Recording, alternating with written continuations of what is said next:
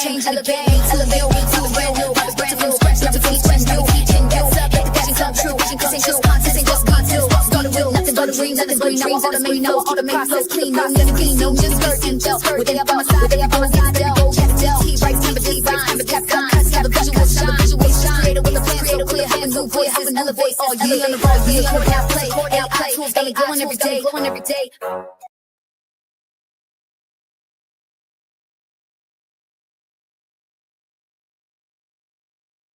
Hey, Phil here, and welcome back to the YouTube Masterclass and a new section of this course. This section is all about getting started with your YouTube channel. So in this section, I assume that you do not have a YouTube channel. So if you already have a YouTube channel, you might want to skip this section because it's pretty basic, but there are some lessons later on about customizing your channel, adding a channel trailer and things like that that might be interesting to you. But I assume that you haven't started a channel yet, so we're going to walk through everything from the get-go. So let's go over to YouTube and get started. All right, so here we are on YouTube, and the first thing you'll want to do is sign in. So click the sign in button in the top right. If you already have a Google email account, then that's great. Just sign in. If not, click create account. I'm going to go ahead and create an account just so that I can start from scratch and get going as if I was completely new to YouTube. If you don't already have a Google email or a Gmail, you can create a Gmail account instead. So I'm going to go ahead and do that. So for this, I'm going to do videoschoolonline1@gmail.com. All right, so now it's going to ask you to verify your account. And so you'll need to put in a phone number or your date. Some of this is optional right now, but in the future you might need to verify. All right, next you're going to have to go through the privacy and terms and agree with those. So click I agree. And now you're should be signed in or be able to sign into YouTube. So now that I'm signed in, if I click my profile icon up here, notice that I don't have a channel yet. If I click my channel, this is going to ask me now to create my channel. So I can create a channel under my name or use a business. If you're doing it for yourself, just type in your name here. Or if you're using it for a business, click use a business or other name. So this is where you would create one for your brand name.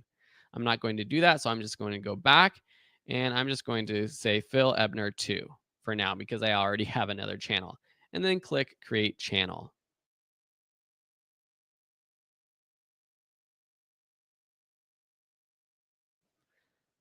And that's how you get started with creating a channel. So once you've done that, make sure that you are at this point here with me, and then we'll continue with the next lesson.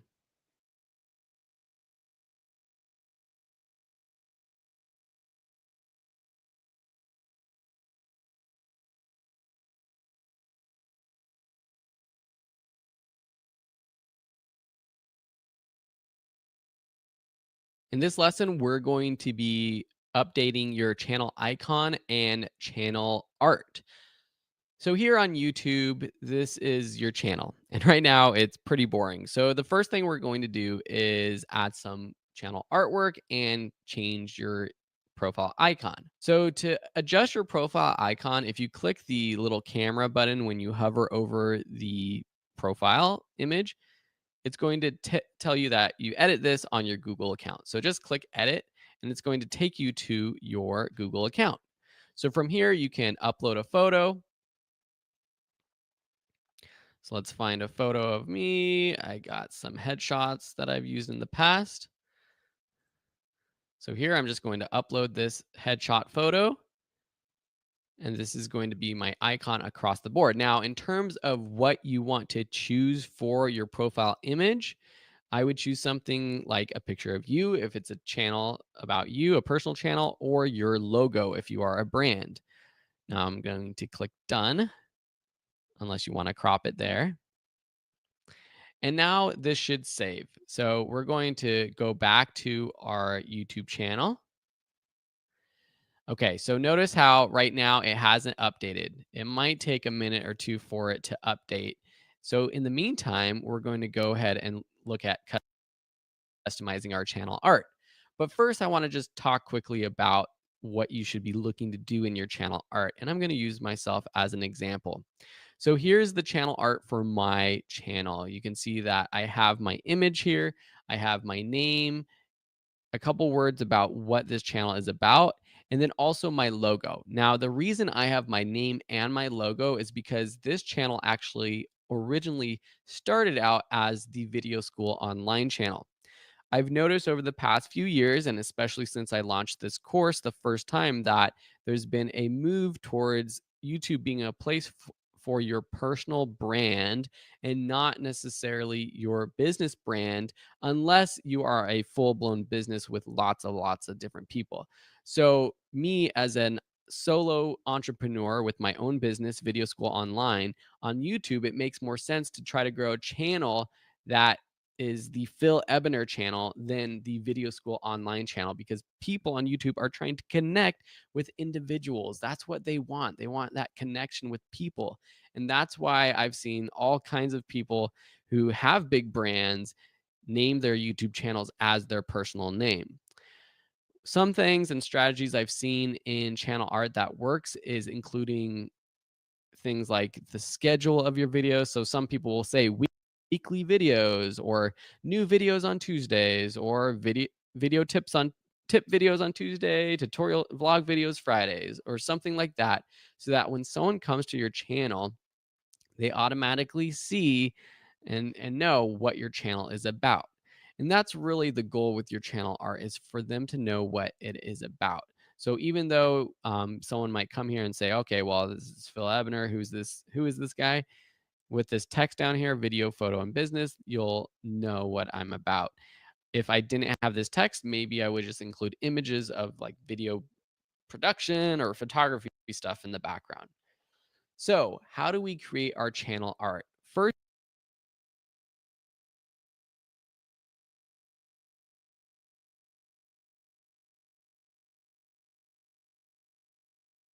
you have to click customize channel.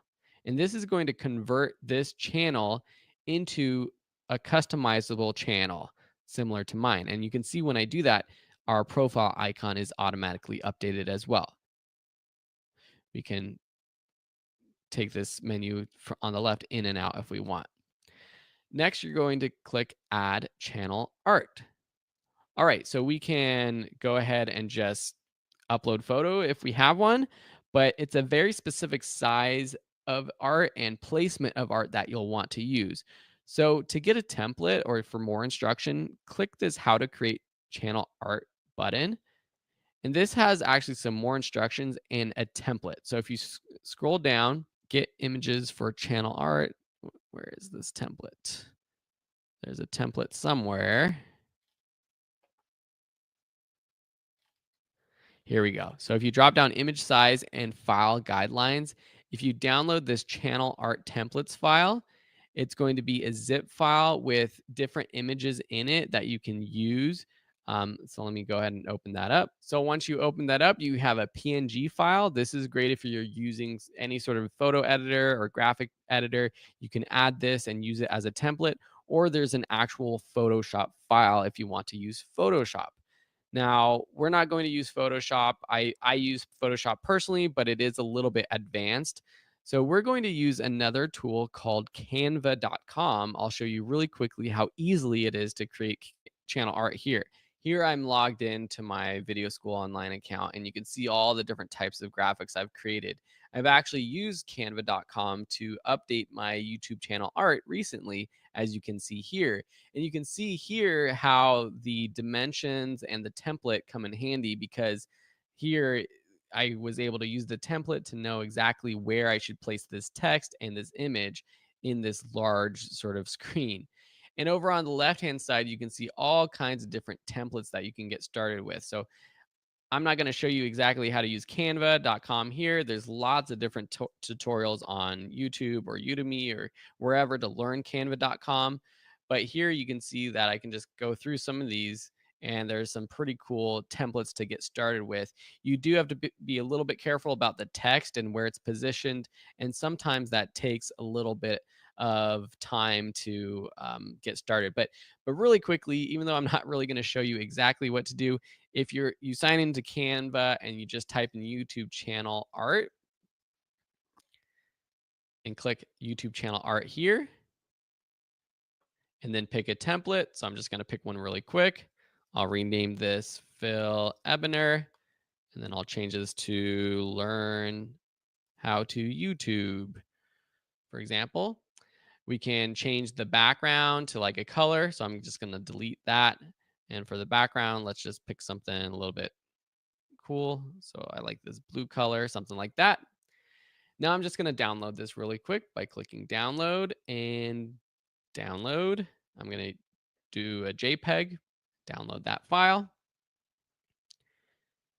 And then once this downloads, we're going to upload it to our channel. Okay, so I'm just going to click add channel art. Now this one has downloaded, so we'll call this channel art, put it on my desktop. Now I'm just going to upload that file. So whether you've created a file yourself in Photoshop or in Canva, you upload that file here. There is a max file size of 6 megabytes. Once it uploads, you do have a chance to kind of preview what it looks like. I know it's kind of hard to see. It's not, the screen isn't that big, but you can kind of see what it's going to look like. You can adjust the crop, for example. Maybe we want to crop in so that just this black part shows, or I might have to go back and actually edit it so that this black bar is a little bit bigger, unless you like how that looks. And then just click select, and then it's added to your channel. And that's how you get started with customizing your channel art. Let me know if you have any questions and I'll help you out. And we're going to move on to customizing your channel.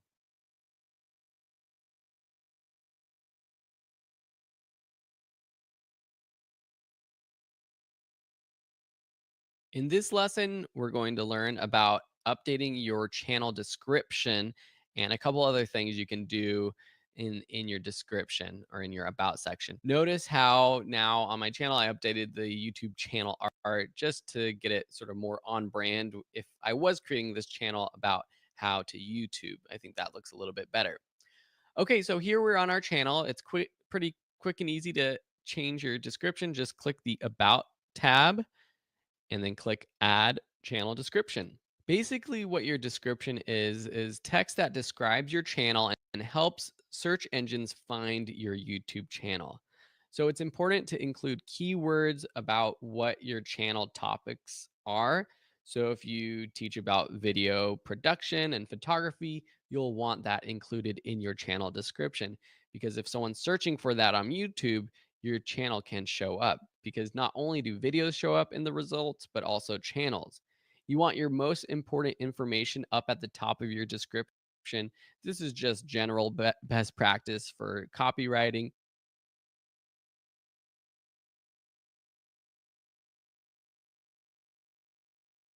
You want what's most important to be at the top, so people who get there are going to read that first.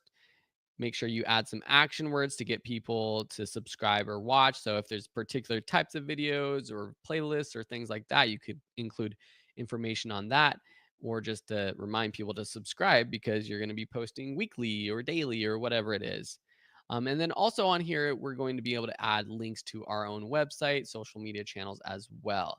So this is where you add that description. There is also other information here. You could add an email for your business. So this is cool because if you do have a business, then people are able to follow up with you. And if, for example, you have a podcast or some sort of interview-based video series, then someone might be able to reach out to you if they want to be on your podcast. Including your location can also be important. And then also down here, you have your links. So here you just have different links that you can add, such as your website, your social media. And the cool thing is that these links will then show up as an overlay right here. So if we go to my personal channel, you can see that I have a free trial link a link to my course pages, a link to my Facebook, a link to my Twitter, and really I should update this for my Instagram account. The one issue I have here is that it takes the favicon, which is this icon here from my website, which is a green, which is kind of hard to see on my channel art background. So that's just something to keep in mind. So for example, I could say website, and we'll just do my own website, philebner.com. We could do Instagram, instagram.com/Phil Ebner. Okay. So then we click done. And now those show up as links here. So maybe you want to title this as something like Phil's website, something like that. Done. And now the first link here shows up as Phil's website. And the second one, let's see if we refresh this, if this fixes that up. Let's make sure we have it written out properly. And I realized before you have to actually include http:// in front of these for these links to work. So if we click done, now we scroll up, you can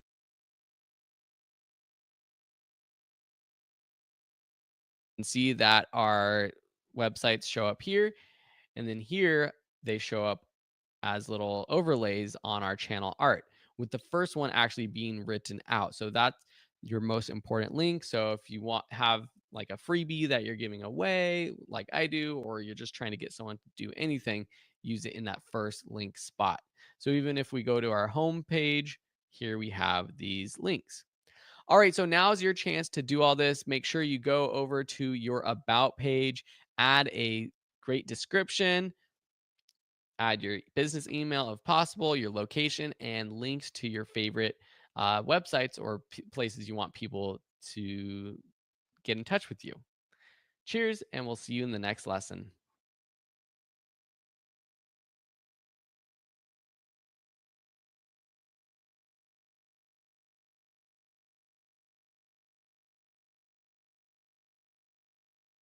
As you're editing your channel, you'll notice these two little options here.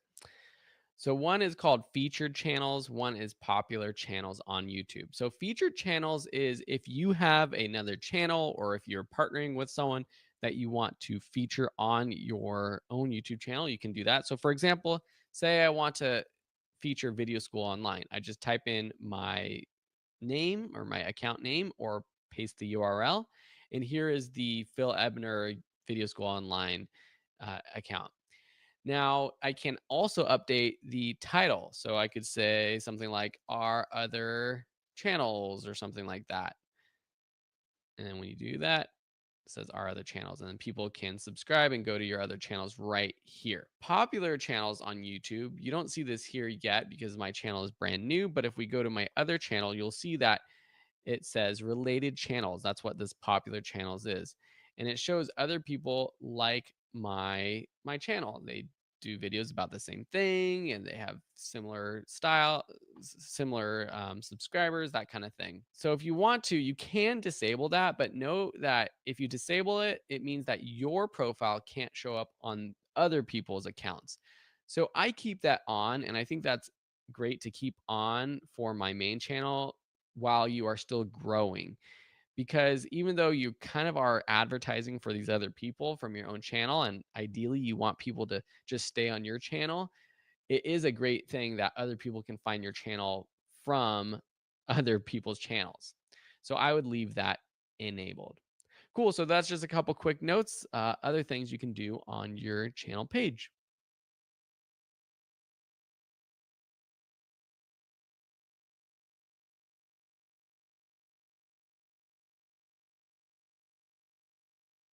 In this video, I'm going to show you how to customize the layout of your channel. So first, I want to show you my channel so I can show you what I'm talking about. So see, if I scroll down on my channel, you can see that I have different playlists and different types of videos that I have laid out to create this sort of easy to see and easy to find layout.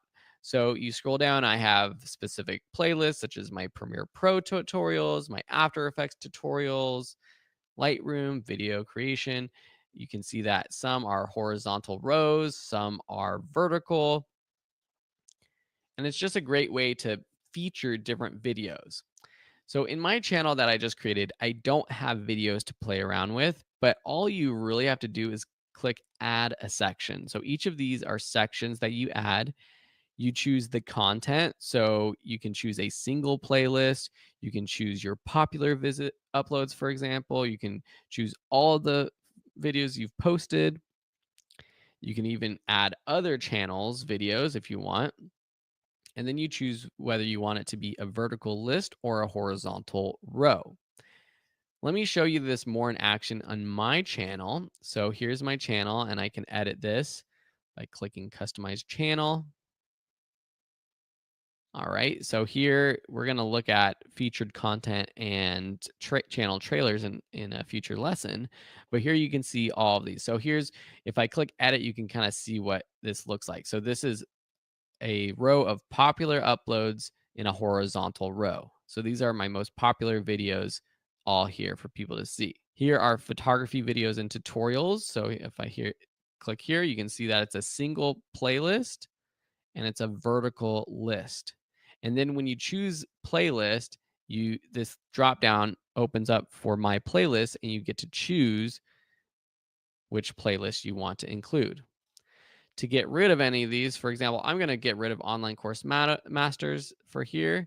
I'm just going to click edit and trash it. And same with personal finance videos if I want, or I can move it up. So for example, if I want to put my personal finance videos up top, I can move it up.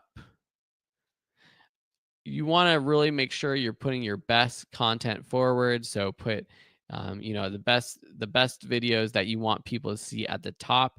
A lot of the times, this is going to be like your most popular videos or the ones that you've recently posted. But if there is a specific playlist of videos, you can create a playlist and put those up at the top of your channel as well. To be honest, most people aren't going to be finding your videos from your channel. They're just going to be seeing your videos after they've subscribed in the subscriptions tab. So if you click subscriptions in the drop down menu over here, it gets to all of the videos that have been uploaded by people you've subscribed to. So here's my list of people I've subscribed to. You got Casey Neistat, Mari Hapoya, Caleb Wojcik, Justin Odisho, a lot of great Peter McKinnon, Pat Flynn, a lot of guys that I look up to. And so that's where people are going to see your videos. But nevertheless, it's a nice idea to make your channel look good and clean and really try to navigate people through a path towards watching specific videos of yours, because you might have some older videos that are in playlists that people aren't going to find.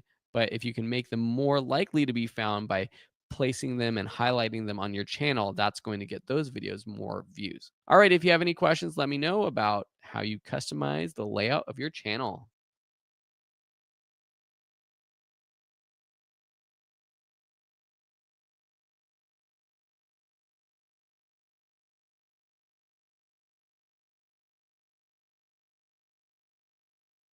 In this lesson, I'm going to show you how to add a channel trailer and also feature specific content for returning visitors. So first though, what should your channel trailer do? It should give your audience a preview of what your channel is about and encourage them to subscribe. Make sure you keep it short and also assume that they've never heard of you. So give a little explanation of who you are or what the channel is all about. And like I mentioned, make sure you encourage them to subscribe, not just by saying, please subscribe, but also tell them why they should subscribe. Are you posting videos every week? Are you posting every day? Are you giving away certain prizes to subscribers? Whatever the incentive is for getting someone to subscribe, make sure you mention that in the channel trailer. So here you can see on my main Phil Ebner channel, my trailer. So this is what new visitors see, and you can go to my channel and watch it yourself. Now I'm going to our test account that I've created, and before I recorded this lesson, what I did was I actually uploaded a random video to this channel just to test it out, because you need to have a video uploaded to create a channel trailer. So before you upload a video, you wouldn't see these options when you're on your channel. And just a side note, if you're ever trying to get back to your channel, the easiest way is just to click this little hamburger button right here and choose my channel, and that will take you back to your channel. And then if you click edit or customize your channel, you'll see these options now for returning subscribers and for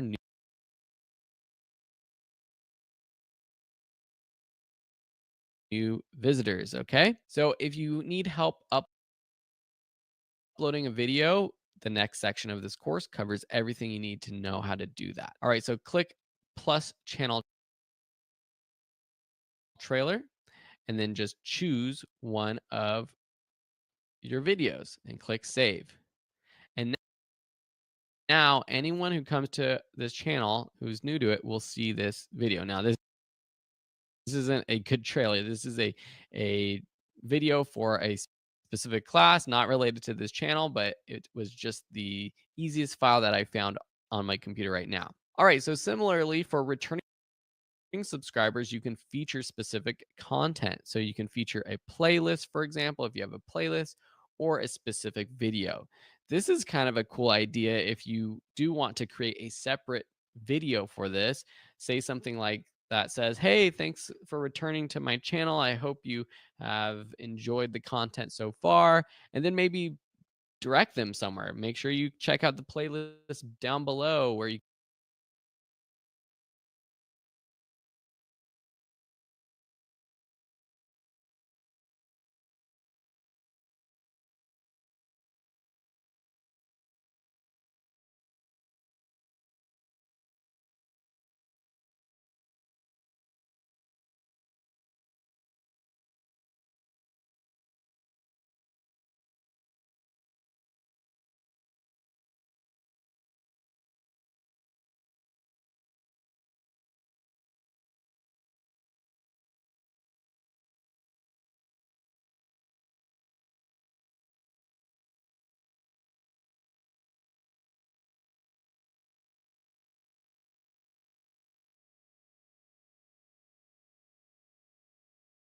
most popular videos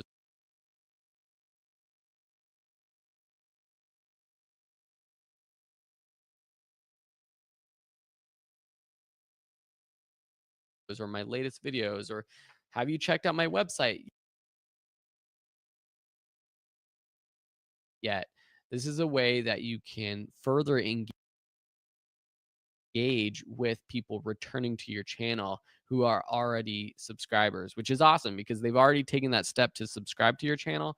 You can further that relationship even more depending if you're starting a business or if you're just kind of growing a channel. You can figure out how to do that best for your own channel. All right, but make sure you do this. Having a channel trailer increases the subscribership for channels, so it's really important to create that. That would definitely be one of the first videos I focus on creating, even if it's just something short and sweet, 30 seconds, 60 seconds. I wouldn't even want it to be more than 60 seconds actually.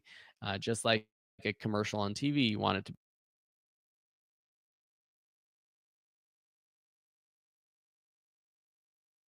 be short and punchy.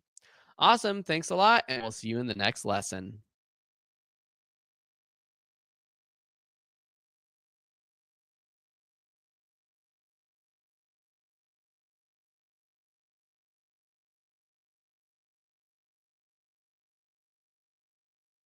In this lesson, I'm going to show you how to verify your channel and get more features. There are some features like enabling custom thumbnails, uploading longer content, these kinds of things that actually aren't available to you until you verify your channel. To do so,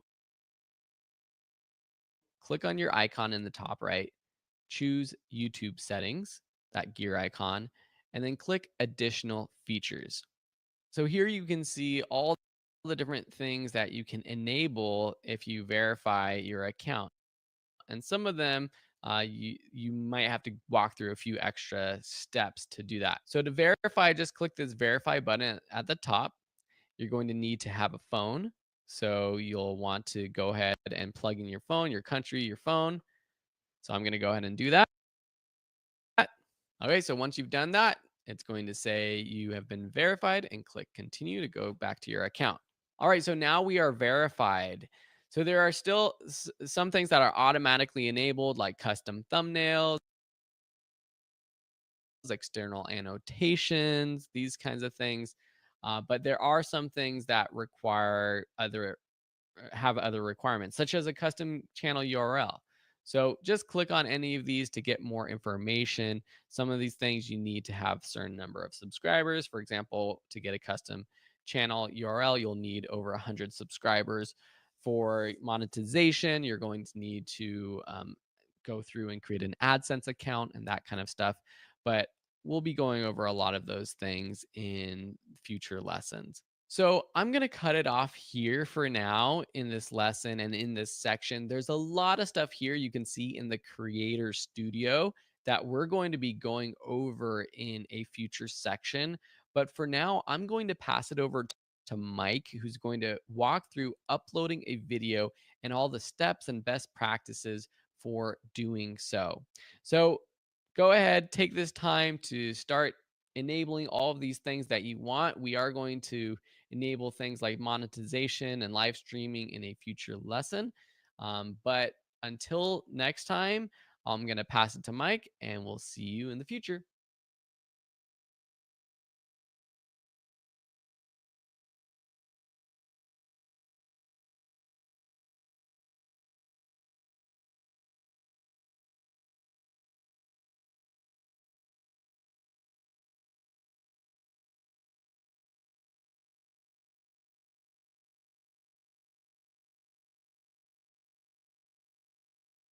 Before we get too far into this course, let's talk a little bit about what kind of settings you should be using to import and export your videos as you create them.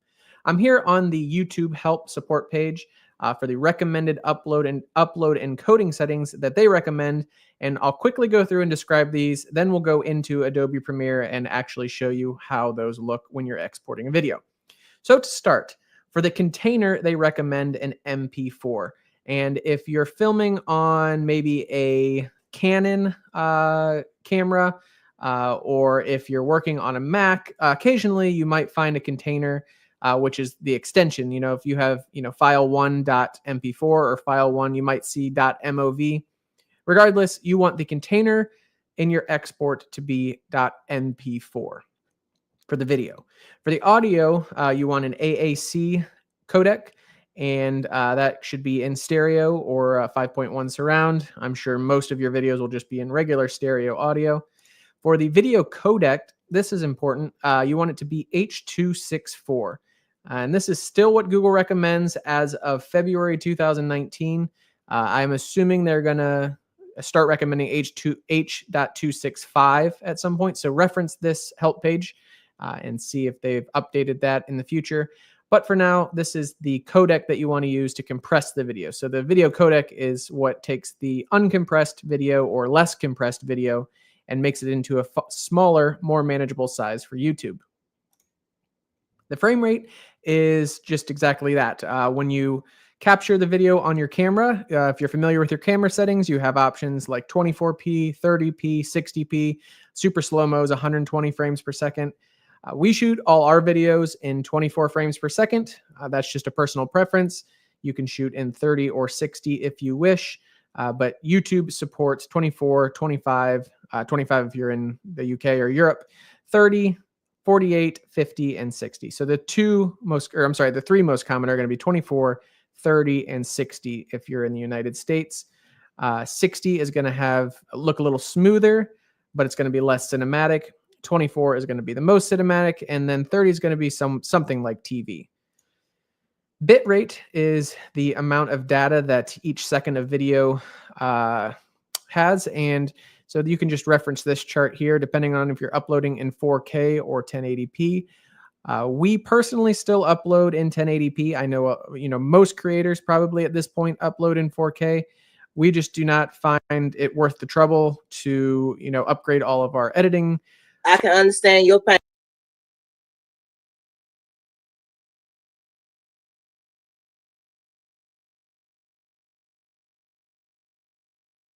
Software, our editing computer, our camera.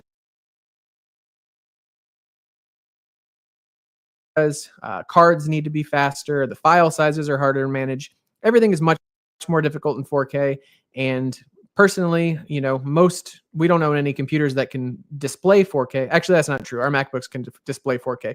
Regardless, we watch videos in 1080p at the very most. And so that is what we upload. Their recommended bit rates are between 8 and 12, depending on the frame rate. And then finally, the resolution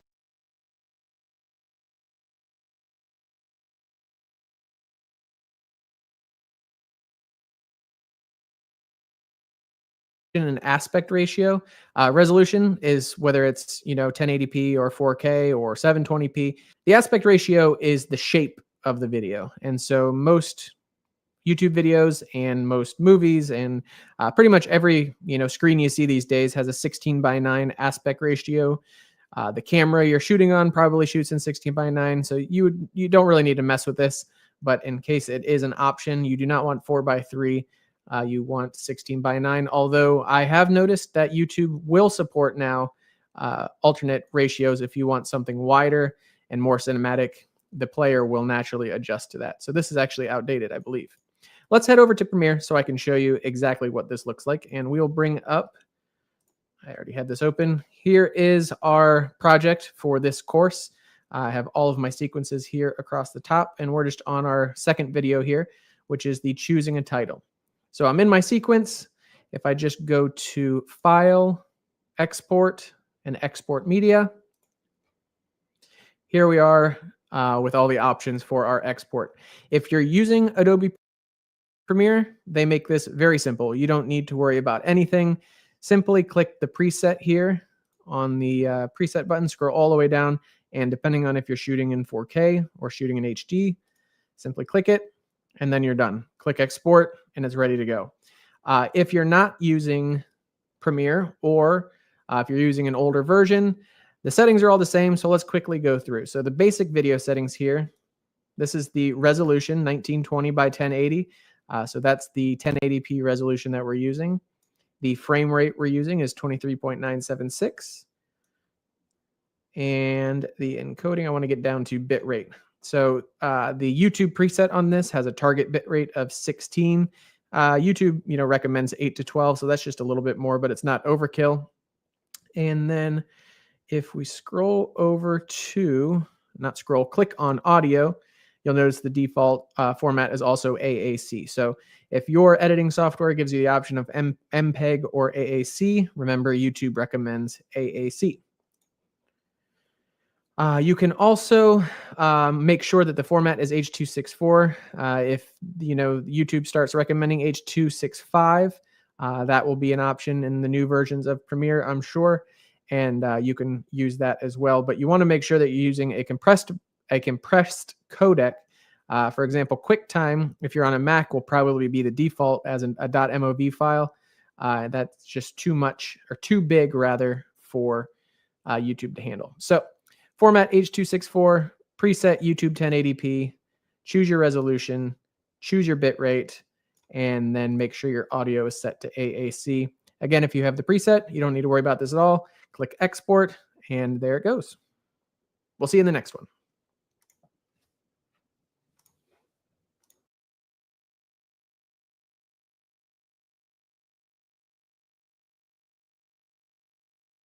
Choosing a good title for your video is a critical part of growing an audience on YouTube.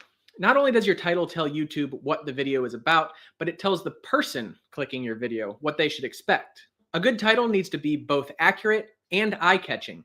The word clickbait is often thrown around with a negative connotation. Generally, a video with a clickbait title doesn't deliver what the viewer expects. They're often generic and make unverifiable claims. I did blank, and you won't believe what happened next. Try doing this one simple trick, and the results will shock you. Clickbait of that kind should be avoided, and it is not your goal. Although clickbait titles do often work, the clicks you receive will be very low quality. Viewers will quickly click away, and when they realize you aren't delivering some big secret, they won't subscribe or seek you out for new content. On the other hand, a catchy title is extremely important. You want to catch the eye and pique the interest of potential viewers. You can get away with building up expectations, or in some cases, even slightly exaggerating if your video delivers good content. With that in mind, let's outline a few practical tips for crafting a great video title. 1. Make it unique. A good video title should stand out in the search results. For example, Easy DIY Project is far too generic. It says nothing about what the project is or why the viewer should click on it instead of all the other ones in the search results. Alternatively, How to Make a Cutting Board with No Power Tools tells the viewer exactly what to expect and why they should click on your video. 2. Focus on 1 or 2 main keywords. If you make a video about a product or a technique, you'll want to be sure to include that keyword in the beginning of your title. For example, is the Instant Pot worth buying? This title tells YouTube that your video should be included in the search results when someone types Instant Pot, but it also intrigues viewers. We naturally want to know the answer to the question, is the Instant Pot worth buying? A similar but slightly less engaging title might be Why I Love My Instant Pot. Although it's still an okay video title, it's given away the ending of the video before the viewer even clicks on it. They know you like it. 3. Keep it short and sweet. Although you can expand your title length a bit by using a colon or a dash, keep the main component of your title short and to the point. Is college worth it? That would make a great title by itself. An example of the same title that might be a little too long would be A Tour of My College and Why I Think It's Worth the Money. If you wanted to expand our short and sweet title, you might add a colon and say, Is college worth it? Thoughts from a recent graduate. Or make it even more engaging. Is college worth it? $114,000 in debt and I'm scared. Much more clickbaity, but it's also more relatable. 4. Make it about the viewer. Speaking of making things relatable, you might have noticed there's a theme in our examples so far. The bad titles are mostly about ourselves, and the good ones are about the viewer. Is the Instant Pot worth it makes the viewer ask the question themselves. Why I Love My Instant Pot makes it all about you. A Tour of My College is all about you and your college experience. Is college worth it directs that attention back to the viewer. In both cases, the content is identical, but if you can put the viewer in your shoes, they're much more likely to stick around and see how the video ends. You shouldn't feel the need to cover everything that happens in your video in its title. The title is just the introduction to what the video will be about. The video description is where you can expand on what the video is about and why they should keep watching, which is exactly what we'll cover in the next video.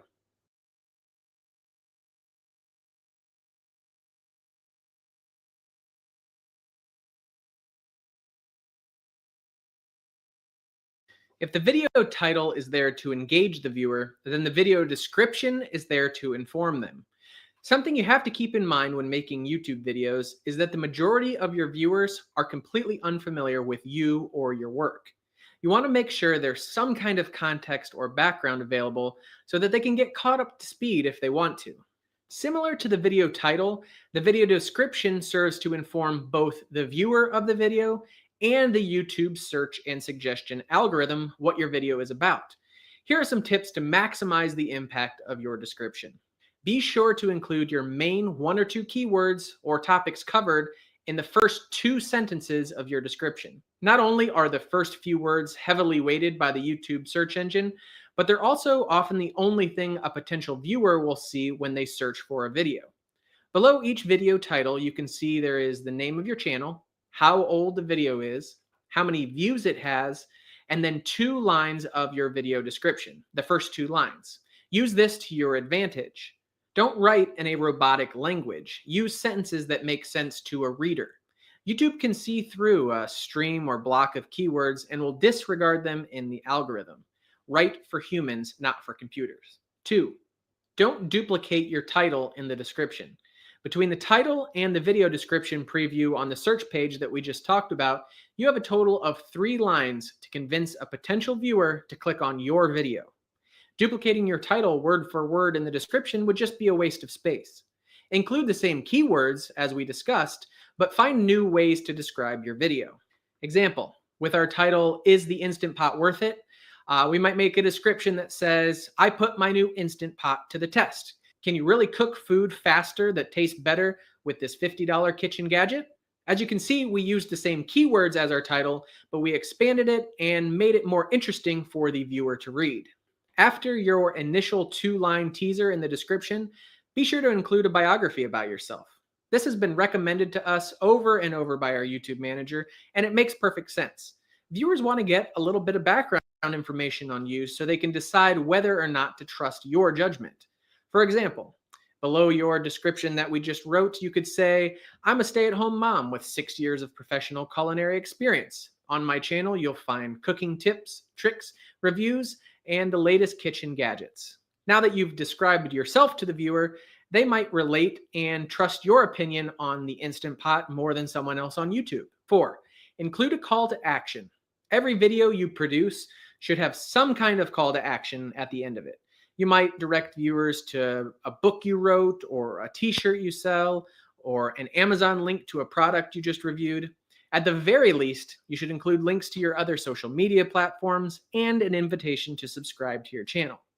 If you mentioned any links to other YouTube videos or websites, the description is the place to put them.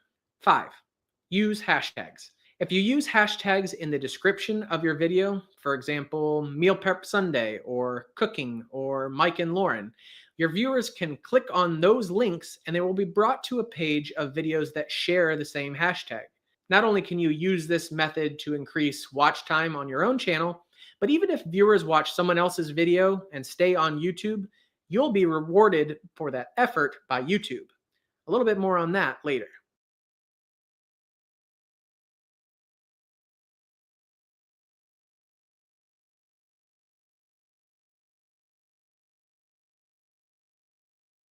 As we discussed previously, stuffing your title or your description with a long stream of keywords is not only unlikely to help your video perform better, but it's against YouTube's community guidelines. Instead, the best place to put all of the keywords and phrases related to your video content is in the tag section.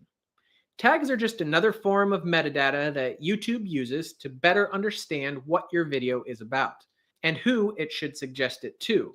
Like your title and description, tags should be both accurate and relevant. Using tags that don't accurately represent the content of your video will not help you, because when your video doesn't deliver what it promised to a viewer, your watch time will decrease, and then YouTube will stop recommending that video to new viewers. So it actually hurts you. So that's the purpose of tags, but how many should you use, and how can you best optimize them for YouTube search? Well, YouTube has no official recommendation on the number of tags it's looking for in any of its online documentation. But during our YouTube partner consultations, our manager at Google always said, as many as are needed to describe your video, which is pretty vague. So when I pressed her a little further, she said anywhere between 6 and 12 tags is suggested. All that to say, I don't have a strong feeling that YouTube really cares about perfectly optimized tags, and I don't think it will actually make or break a video.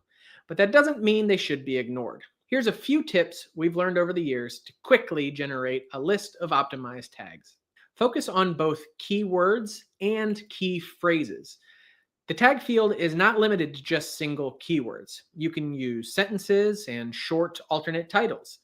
Anything that will help YouTube understand your video better should go in the tag section. Don't worry about punctuation, capitalization, or preposition. Tags are for YouTube only. They're not for users, and you only have 500 characters. So if you use phrases, eliminate words like the, a, at, on. Cross-reference other videos that have similar content. So if you mention a previous video in your video that you're posting, be sure to include similar tags from both videos so that YouTube knows that the new video is related to the old video. Does that make sense? Provide context. Tags are a great place to tell YouTube who is in the video, what they're doing, and why they're doing it, and when it's happening, if that's relevant to the video. For example, let's look at our Is College Worth It video as an example. A tag section for that video might look like this: Mike and Lauren, is college worth it? University, student loans, debt, Florida State University, advice, college versus trades, vocation. As you can see, we make sure to include who was in the video, what topic was discussed, and why there might be doubt, and a little bit of context, like our alma mater, Florida State University. If you want help creating tags, there are plenty of online keyword generators and metadata scrapers that you can use to improve your tag optimization. But personally, I don't think tags influence YouTube's decisions enough to spend that much time, or in some cases, quite a bit of money purchasing those tools. Write tags as if you were describing the video to a friend, and I think you'll do just fine.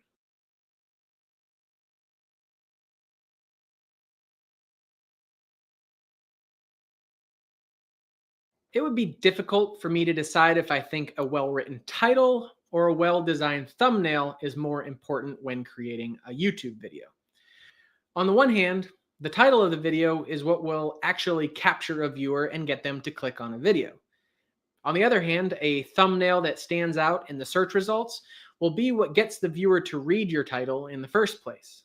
In any case, you should take creating thumbnails and titles for your videos very seriously. While YouTube is getting better and better at recommending screen capture moments in your video and auto-generating pretty good thumbnails, I still think it's worth putting a little extra effort into it. In fact, according to YouTube, 90% of the best performing videos on YouTube have custom thumbnails. Now, I'm not exactly sure what they consider best performing, but these are their words, not mine. You'll want to include at least a little text and possibly use some photo editing software to highlight important parts so that viewers will notice. We personally use Photoshop as part of our Creative Cloud suite to edit our thumbnails, but there are plenty of free options like GIMP or Photopea online. Alternatively, there are a ton of apps out there for your phone or tablet that are more than powerful enough to put, text on a thumbnail and upload it to YouTube. Teaching you graphic design from the ground up is way beyond the scope of this course. However, there are plenty of free tutorials online, or Phil has a Photoshop course that I can highly recommend that will take you from start to finish. Once you feel comfortable navigating the photo editing software of your choice, here are just a few tips to help you optimize your thumbnails for YouTube. 1. Include yourself in your thumbnails. If there's one thing our YouTube manager made abundantly clear in all of our consultations, it's that thumbnails with people outperform those with only graphics. In the early days of our YouTube career, we would design a completely original thumbnail for each and every one of our videos with vector art. As it turns out, that's not the best way to attract attention from new viewers. Include yourself and ideally the subject of your video in the thumbnail. In the case of our Instant Pot review, a simple counter-up shot with the appliance and your face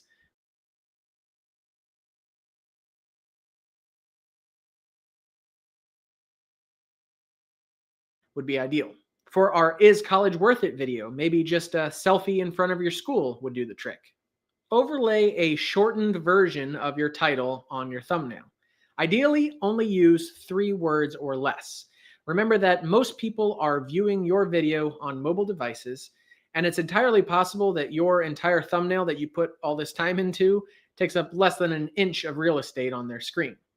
The thumbnails that catch my eye the most use high contrast, big bold lettering. For our woodworking project, you might overlay the words "no power tools," or "my first project," or "easy cutting board." If I personally saw bold letters in a thumbnail saying "no power tools," my interest would be piqued enough to at least read the title, which would tell me exactly what to expect in the video. Avoid clickbait thumbnails. Although a thumbnail with a half-dressed woman in a bikini might get you more initial clicks, when the video doesn't include that imagery, as it would be against of YouTube's terms of service anyway, you'll lose watch time and the video will stop being suggested because people are clicking away. As you'll learn later in the Grow Your Channel section, subscribers don't really matter, views don't really matter, watch time is what YouTube values the most.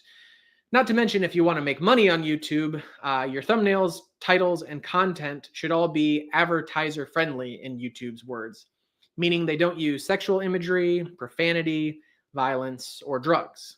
Use high resolution images. YouTube recommends that your thumbnails be at least 1280 by 720 pixels, but we personally always just set up our Photoshop for 1920 by 1080, and that has always worked well across all devices. Once your photo editing skills improve a little bit, try to include some depth in your thumbnail. A good thumbnail will have a foreground, a middle ground, and a background. In our case, most of our backgrounds are captures from the video itself, and then the middle ground is the text, and then the foreground is the subject. So if we took our Instant Pot review example, the background would be the kitchen, the middle ground would be our text that said Instant Pot review, and then the foreground would be the Instant Pot itself and our face, so that the viewer knows exactly who and what the video is about.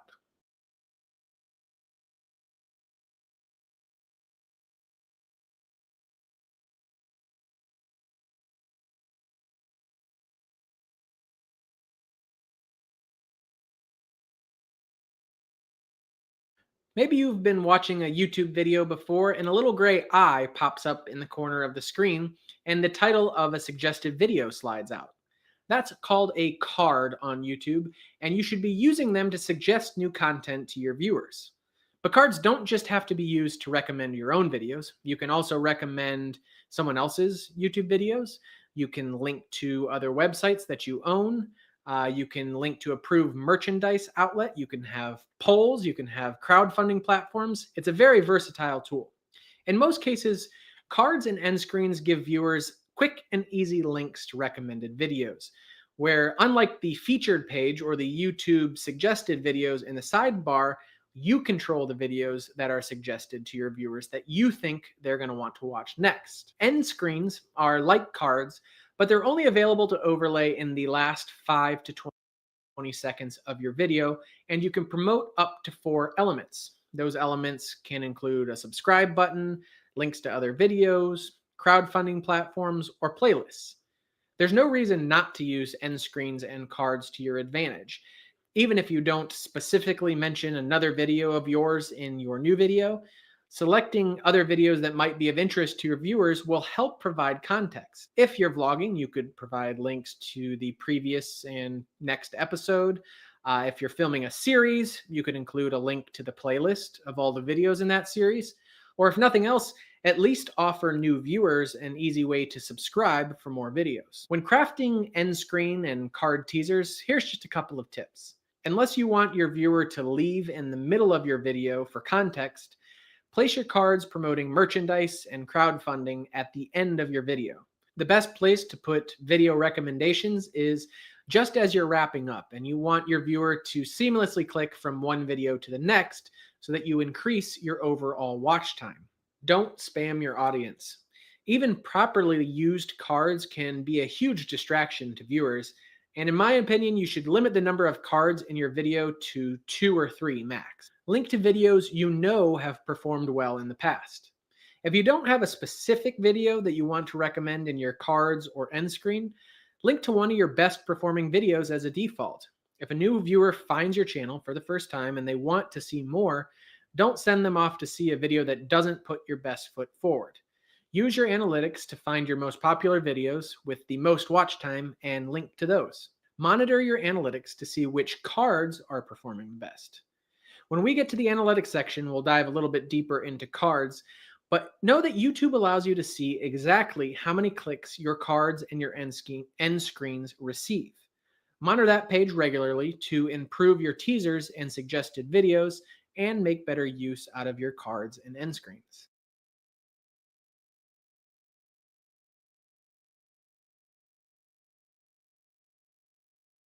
In this video, we're going to put together everything that we've learned and go from project in your video editing software, in our case, Adobe Premiere, and we're going to upload it to YouTube with tags, title, and description, and thumbnail. So we're going to go from start to finish in one example, and to do this, we're going to use a video that you haven't seen yet, which is how to get more subscribers.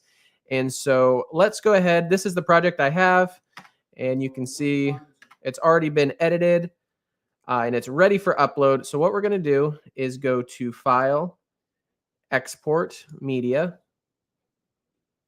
and we are going to use the YouTube 1080p default as our export, and we're not going to change any settings.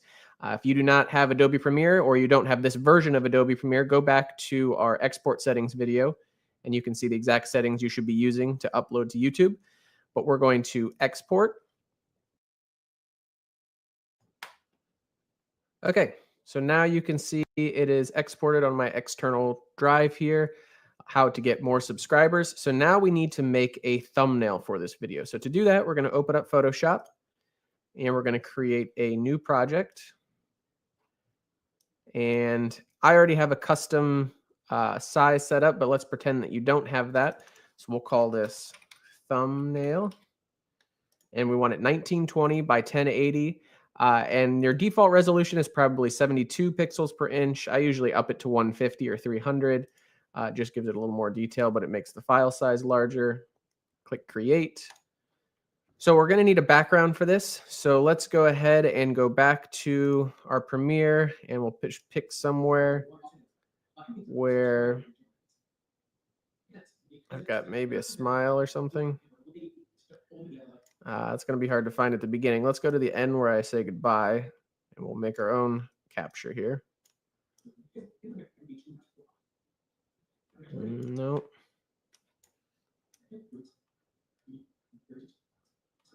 That's about as close of a smile as we're going to get. And of course, this is just an example that's not actually being posted. So that's going to do for us. I'm going to full screen this. I'm on Windows, so I'm going to open the snipping tool. And I'm just going to capture the full screen. I'm sure there's a shortcut for a full screen.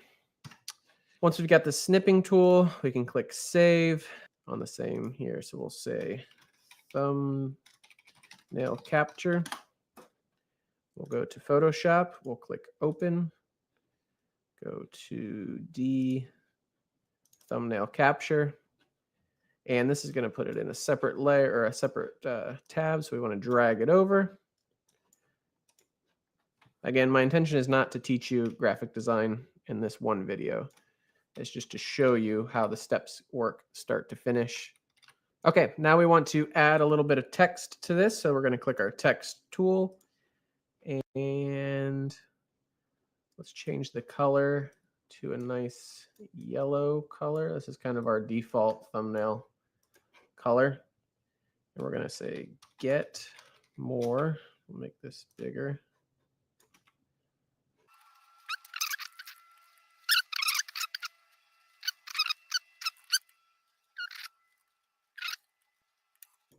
It's a pretty sorry looking thumbnail, I'm not going to lie, but the purpose is just to show you how we go from video to upload. So I'm not going to spend too much time on a thumbnail that's not actually going to be used. Sorry, it got the best of me. I had to make it at least look decent. Okay, then just move it up here. Close enough. Okay, File, Save As. We're going to put it back in the same place, right with our capture. And we're going to save this as a JPEG. I want to say get more subscribers thumbnail. Click Save.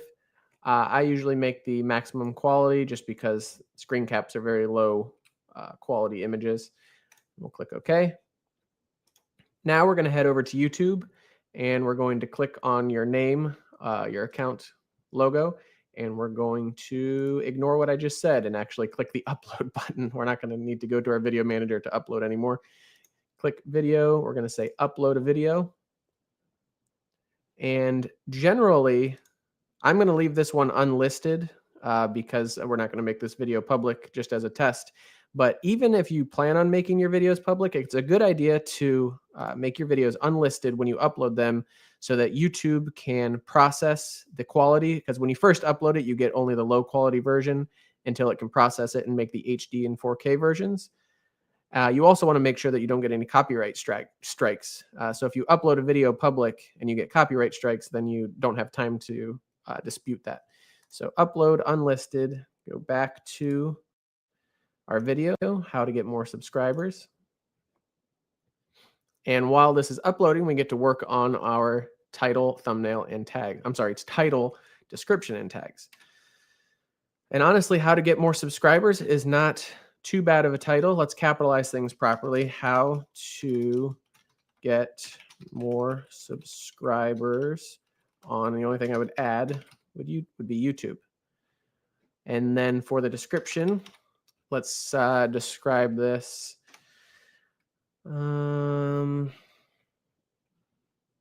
If you're just starting out on YouTube,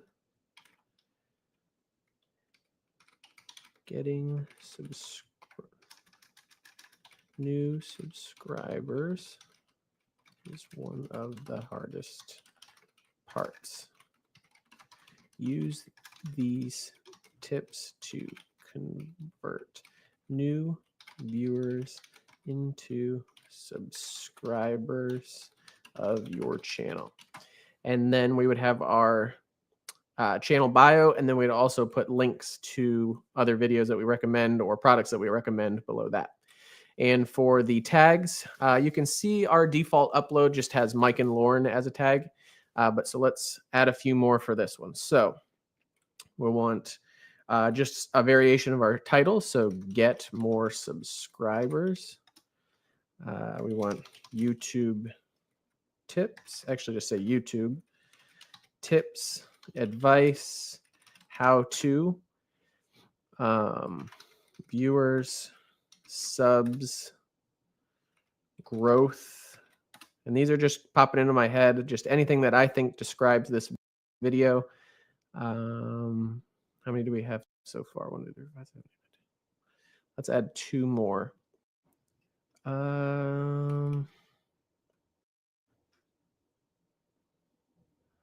I put channel already. Nope, channel's a good one. People are going to be searching for that. And let's add views as well, because as you'll learn in this video, views are more important than subscriber, and actually watch time is more important than views. Okay, so we've got a title, we've got our description, we've got our tags. The last thing we need to do is upload our custom thumbnail. So we'll go to our thumbnail, get more subscribers thumbnail, open.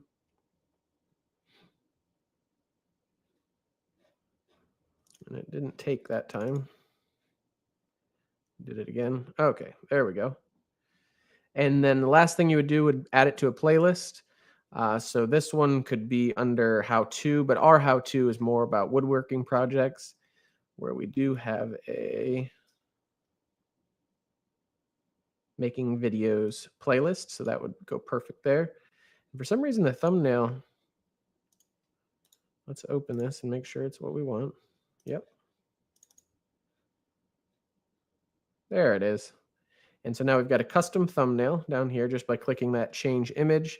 And let's go everything we've got so far. Go through everything we've got. We've got how to get more subscribers on YouTube. Let's make it a little more exciting. Add an exclamation point. If you're just starting out on YouTube, getting new subscribers is one of the hardest parts. Use these tips to convert new viewers into subscribers of your channel. Good. Tags look good. You could spend a little more time brainstorming tag ideas if you wanted. Monetization, let's make sure that we have all of the options selected and that we want to monetize this video. And it is how to. And we do want to allow comments. We can allow ratings. We want it everywhere. We allow embedding. It looks good to me. So at this point, it is unlisted. So we would select done. And we could go to our video manager and see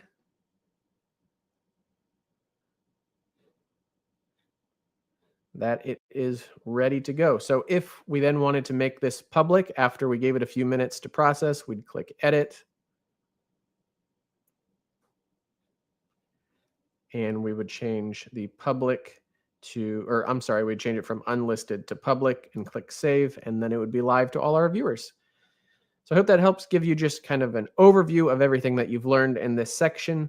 In the next video, I will go over one of our more popular videos as a case study to see what title and tags we used that maybe influenced that success a little bit.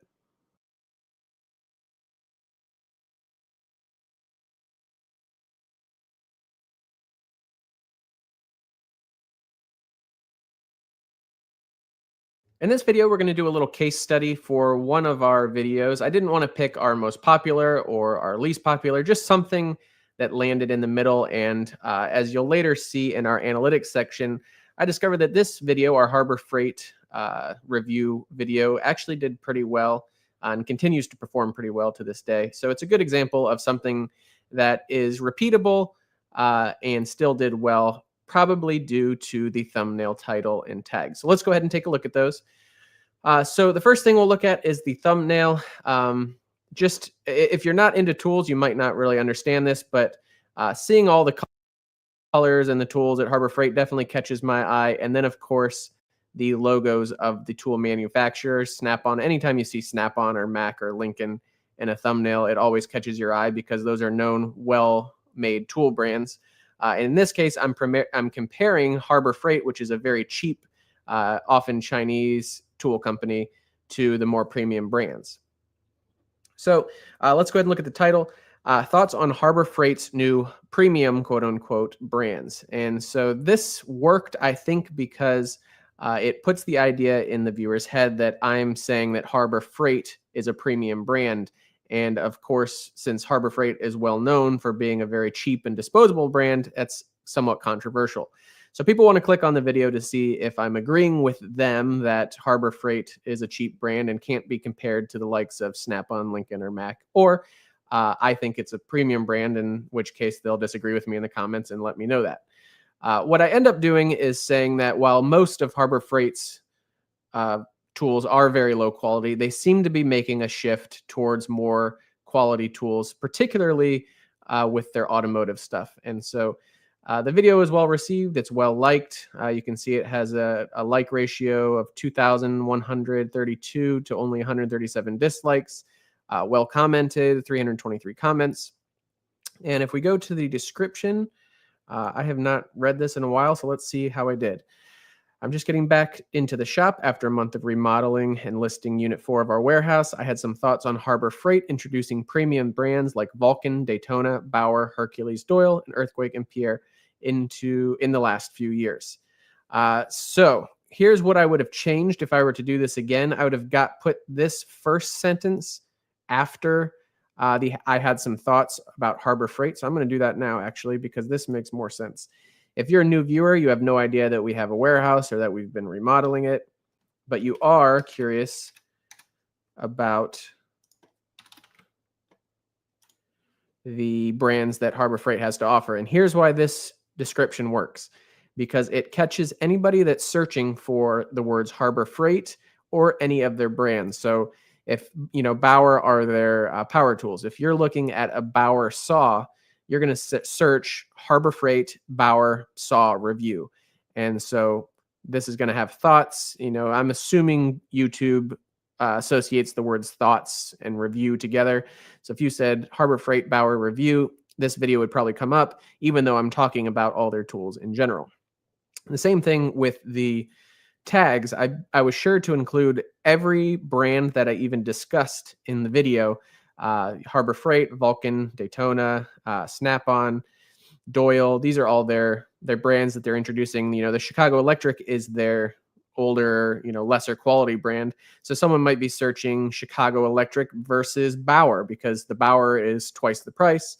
And then this video would pop up, and then you'd get the advice that, yeah, I kind of think that Harbor Freight is moving towards a direction of more quality tools. And that, I think, is why this video performed fairly well. It's pretty broad. It has an opinion, but it's not too controversial. And I think that people want to hear that Harbor Freight is becoming a more premium brand because it means there's more affordable tools for everyone. Let's see. For links in the description, I mentioned a coupon database, so there's the link for that. And then I also mentioned one other video, someone who actually took the whole automotive lift apart and showed all the parts and showed why it's a quality tool. So that is in our description there as well. And then lastly, our promotional links to our course and our newsletter and our Patreon. I think that wraps this one up. Hope you enjoyed it. Thanks.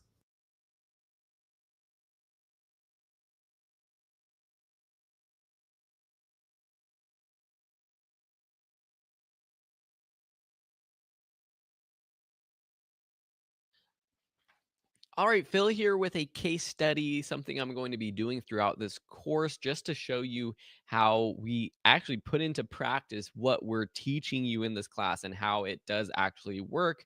So in this one, I'm putting together all of what Mike has taught us in uploading our videos, writing titles, descriptions, tags, thumbnails, cards, end screens, those kinds of things, and showing you how it has worked for one of my videos. This one is one of my most popular videos, titles, and an essential graphics tutorial in Premiere Pro. You can see here almost 700,000 views since it was launched at this point almost 2 years ago. So let's go into the edit and see what all of the information is. So starting at the top, we can kind of see the thumbnail already. New titles and essential graphics. That is the thumbnail itself. And this, what I found, is a lot more eye-catching than a thumbnail of Premiere Pro itself. Premiere Pro, it's just a bunch of text, numbers, and buttons and things that it's hard to tell what this is about. So for a lot of my tutorials on software, I actually add title. I create a thumbnail with titles. I also have the logo for Premiere Pro. So if someone's seeing this, they know exactly what it's all about. So just a pretty simple graphic, but it's eye-catching and it works. Moving on to the title. So the title I tried to keep as keyword friendly as possible. So some of the main keywords are titles, essential graphics, tutorial, and Adobe Premiere Pro. So a little background, this tutorial is on how to create titles in Adobe Premiere Pro using a new method, which was in 2017, called the Essential Graphics panel. Now that I'm actually going through this, I think I'm going to just delete 2017 so that people, even if they are in a newer version of Premiere Pro, can use this tutorial because it's basically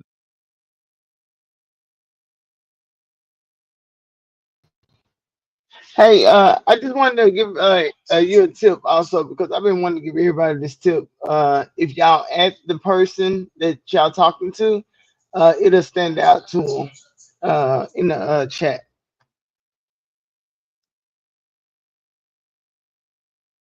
the same.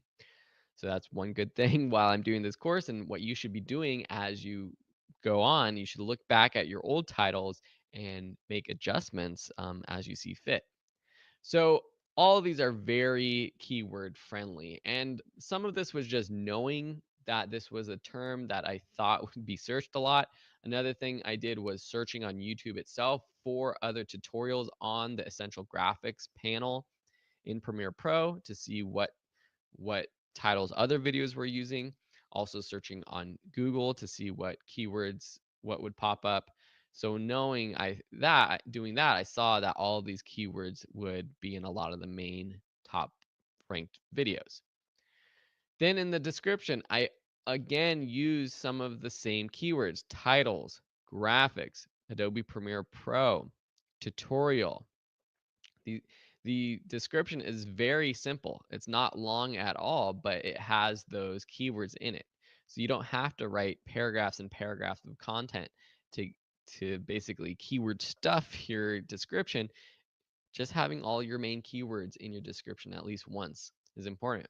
Then the tags, we can see some of these tags that I use: essential graphics panel, title tool, how to create titles in Premiere Pro, CC, motion graphics, Premiere Pro, motion graphics templates.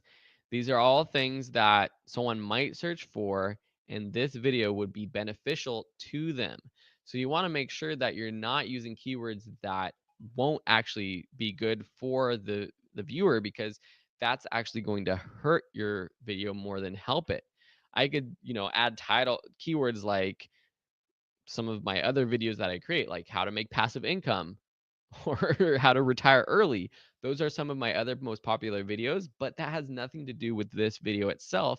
And if someone clicked on this video because it popped up when they searched how to retire early, then they're going to be upset and they're going to click off this video. And YouTube sees that. They see that people are clicking away as soon as they start watching a video, and that actually hurts its ranking. Here you can see kind of the ranking of the video for these different tags, which is very helpful to see as well. All right. This is one that this used to rank well, but it's not anymore. New title missing. And this is one I might just delete at this point. But this is something that I, as a Premiere Pro user, was that's what I would search on YouTube myself. So when when they made this update to Premiere Pro on how to create titles and graphics, there used to be a button called New Title. And so what I did, I searched in Google, new title missing Premiere Pro, and a lot of tutorials about this popped up. So that's why I included this keyword. So really throughout, what you want to be thinking is, what are people going to search for when they are looking for this video? That's really what you want to do. You want to get in the mind of the viewer. And then I also include my main keywords Video School Online and Phil Ebner, which is a good idea to include those basic keywords for your channel in all of your videos so that it helps YouTube make this video show up in the suggested search results when they're watching this video. Lastly, let's just look at the cards and see. Let's save our changes. Look at the cards, which I have one card on this video. And this is a card for the course itself. So it's just the link to the Premiere Pro Masterclass. Super basic. We'll see how it pops up. It says enroll now for $10. And so that's, curious for people. Sometimes I don't have cards directly to a paid product. Sometimes I have it to a freebie. So maybe it's a free course or a free trial or something like that I give away on my own site. But this one is just a direct link to the full course for $10.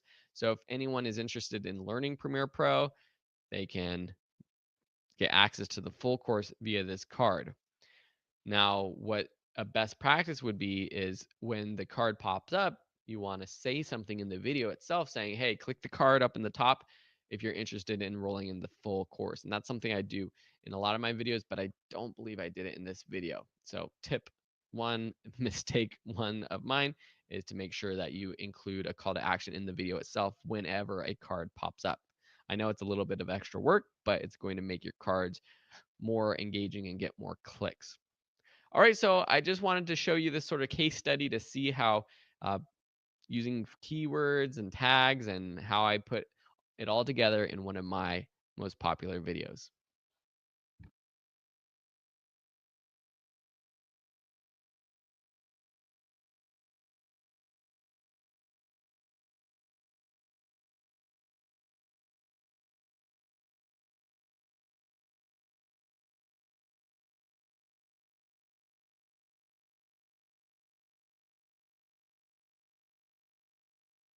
Welcome back to the YouTube Masterclass. We are moving on to a new section. This section is all about the back end of YouTube, and we're going to go through your studio, basically. It's called YouTube Studio, and it has all the options for settings. You can go through all your videos and analytics and everything like that.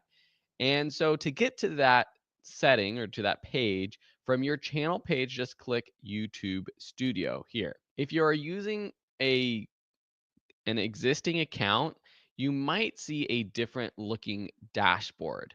And so I'm going to go to my existing channel here. And to get to your Creator Studio, typically what you would do is click on your profile button up here and choose Creator Studio. And you'll see that this looks a little bit different. So here's the old classic version. Here's the new version. In this class, we're going to be using the new studio version because in the next year, YouTube has said they are going to be getting rid of the Studio Classic option. And I want to make sure that this course is as up to date as possible. Note though, there will be some differences if you are using the Classic version, but I'm going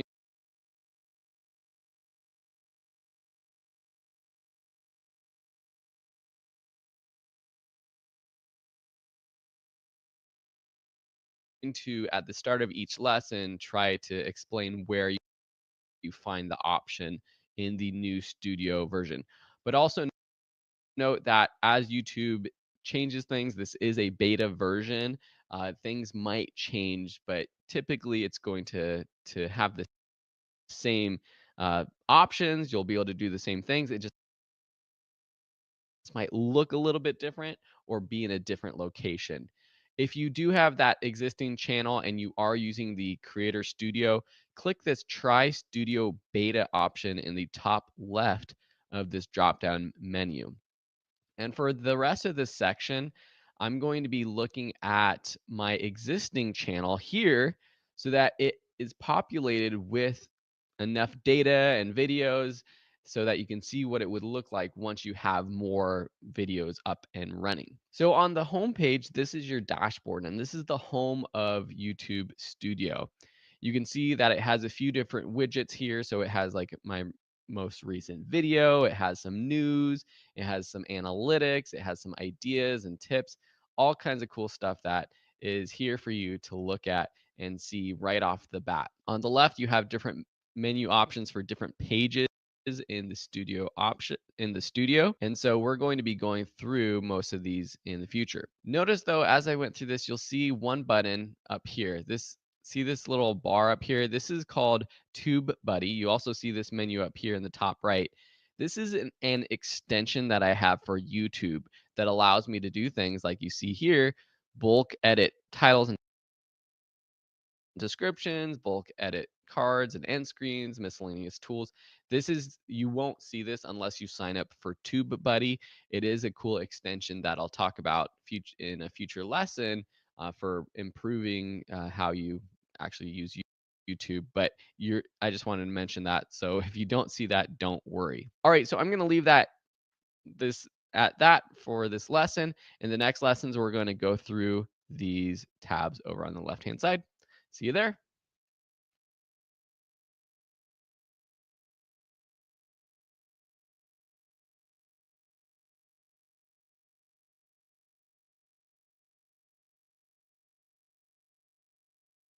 In this lesson, we're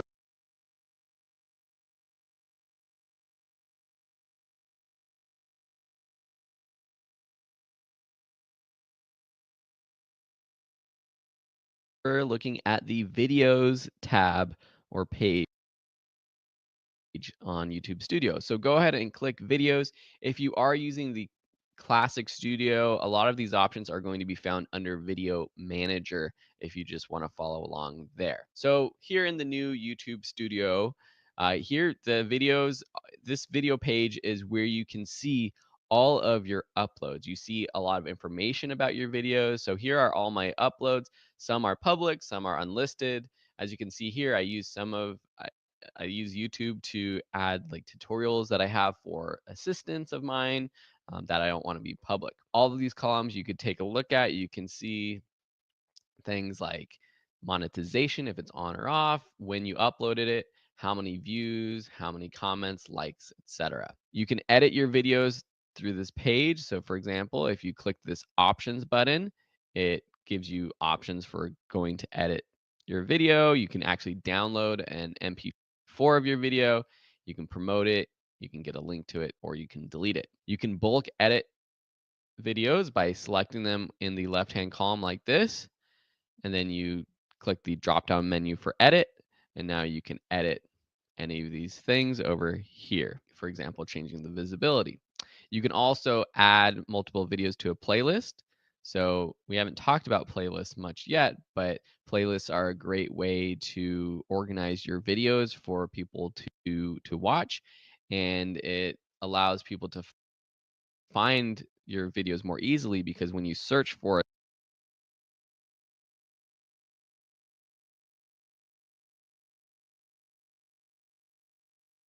a topic on YouTube, playlists actually show up as well as the individual videos.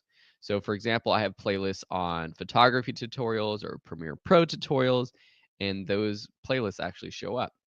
So to create a new playlist, you just click the new playlist button, and then you give it a title. And once you're done with that, you click create, and it will create that playlist, and it will add all these videos to it. Another thing you can do here is filter your videos. So you can filter your videos by views. For example, if we want our views to be more than 10,000, for example, we just want to see videos that have more than 10,000 views, we can do that. Pretty cool. Now, if we click on any of these columns, it will reorder it in terms of highest to lowest, or if we click it again, lowest to highest. So if we want to see our videos with the most views, for example, we can click that views column, or we can click the comments or any of these to see sort of the greatest to least. Okay. You'll also see this other tab here called live. So this is where we see our live videos, past live videos, or things that are upcoming. We're going to be looking at live streaming in a future section of this course.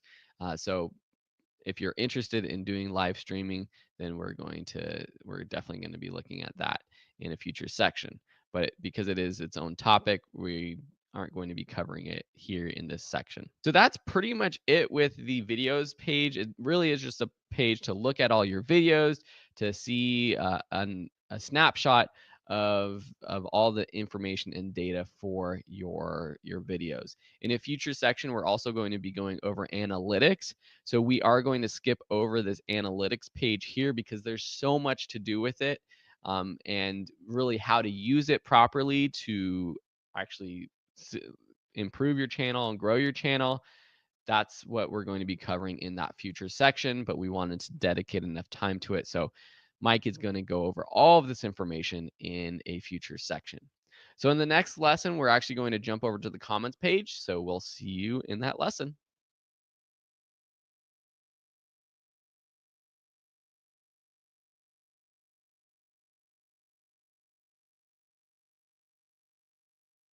In this lesson, we're going to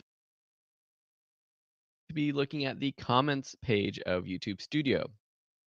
So here we are on the comments page, so go ahead and meet us there. If you are using Classic Studio, the Creator Studio, this stuff, a lot of it will be under the Community tab. So here we are, and as you can see, we just have a list of all of our most recent comments on all of our videos. So this is a great way to respond to your viewers rather than going to the individual videos. You can just handle it all right here. So you see the video that it was on the right hand side, the comment. You can like, dislike a comment, you can heart it, you can also reply. And then if you click this action menu, you can even remove or report spam for these comments. So there's a lot of stuff you can do, and responding to comments in a timely fashion is one of the best ways that you can improve the chances of getting people to subscribe to your channel and to engage with you. I have a virtual assistant going through and responding to comments and asking people to subscribe to the channel if they haven't done so already.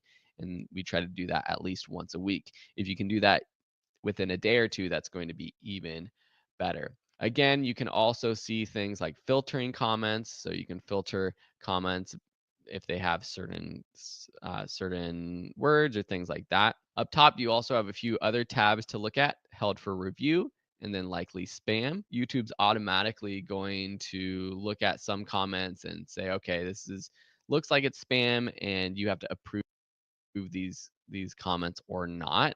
And then likely spam, it holds these and it says these look like they're spam. So you can go through one at a time and you could trash it, mark it as spam. Marking it as spam is a good idea if you can do this, because if instead of just deleting it or removing it, YouTube will see that, hey, this person's comments are consistently marked as spam by multiple YouTubers, so they're going to remove that user or block them from commenting. You can also hide users from a channel. So if someone's consistently spamming you, just click the hide user from channel and they're not going to appear. You can also just click the select all button up here and just trash them if you want to remove all of these at once.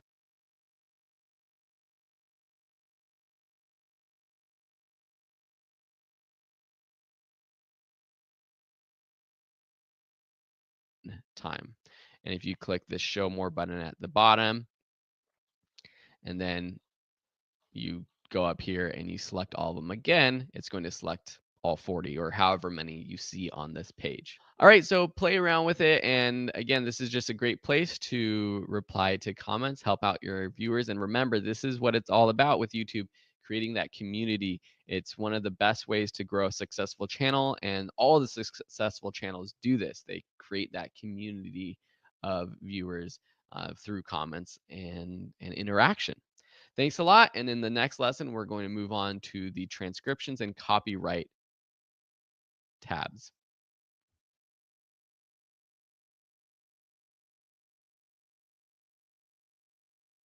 All right, in this lesson, we are going to be looking at the transcriptions page of the YouTube Studio, as well as the copyright page, but this is only available to certain members, so it might not be available to you yet. If you are using the Classic Studio, you'll find this information under translations and transcriptions here. All right, so if you go to the transcriptions page, all of your videos are going to show up.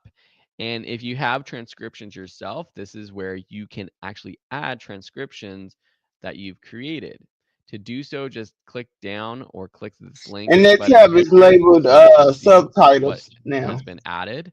So English, if you're creating English videos, all videos on YouTube get automatic English captions. So to edit these, we can click this button here to edit. But before I do that, I'm going to go through the rest of these tabs. So up here you have drafts. So if you've been working on any transcriptions yourself, then this will appear here. Community, this is really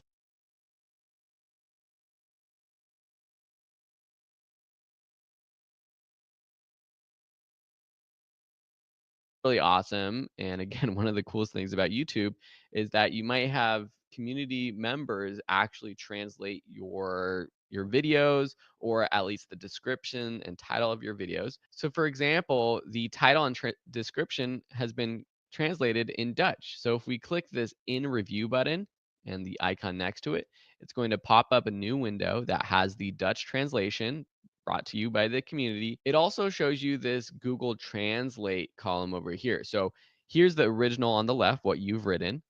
In the middle is the translation that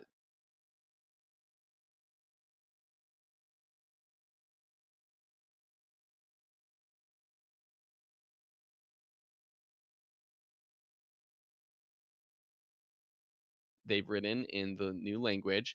And then on the right-hand side, it gives you the Google translation of the Dutch translation in this example. So you can kind of verify if they did it properly or not. So even if you don't speak Dutch, you can kind of see if they did a good job.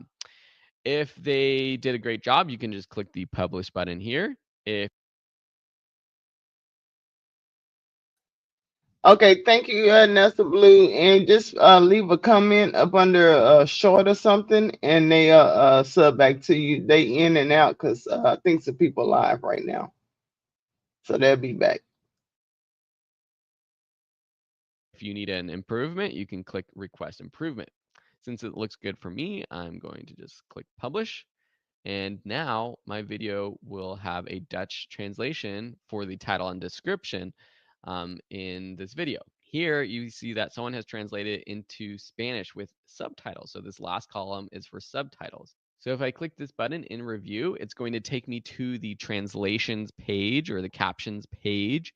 And here we can play through our video and we can actually see what it looks like with the captions. So if we play through it, we see the text over here and it has the Google translation down below. So here on the left-hand side, for each time, it has the Spanish translation and then the English Google translation. So we can see and verify if they've done a good job. You can just click in here and edit it if you want. And then once you're done, you can actually publish it by clicking publish up here. You can also click needs more work if you want them to take a look at it again, or you can report it. So this is this is where it gets a little tricky, because some people might take advantage of you and they might try to add things like spam into your translations or captions. And so if they're doing that, you will definitely want to report it. Okay. So once you're done and happy, just click that publish button and your video will now have captions in another language. Now, while I'm saying this, all of your videos, this isn't going to happen. It usually only happens for the most popular videos. And so you might be uploading videos and saying, hey, Phil, why aren't I seeing any community members translating my videos? Well, that's because you need a lot of viewers and you need a community that supports you to do so. Okay. In the right-hand column after community, back on this transcriptions page, you see published. So this is just going to show what has been published. For me, I just have my English automatic.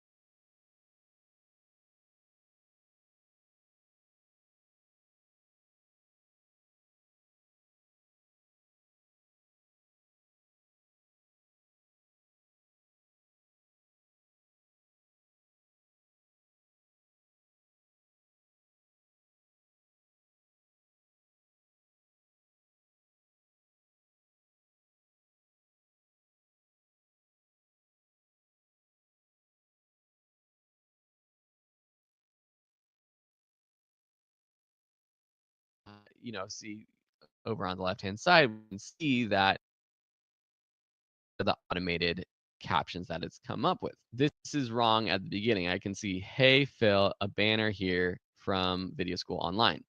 So they didn't get my last name, which is Ebener, not a banner.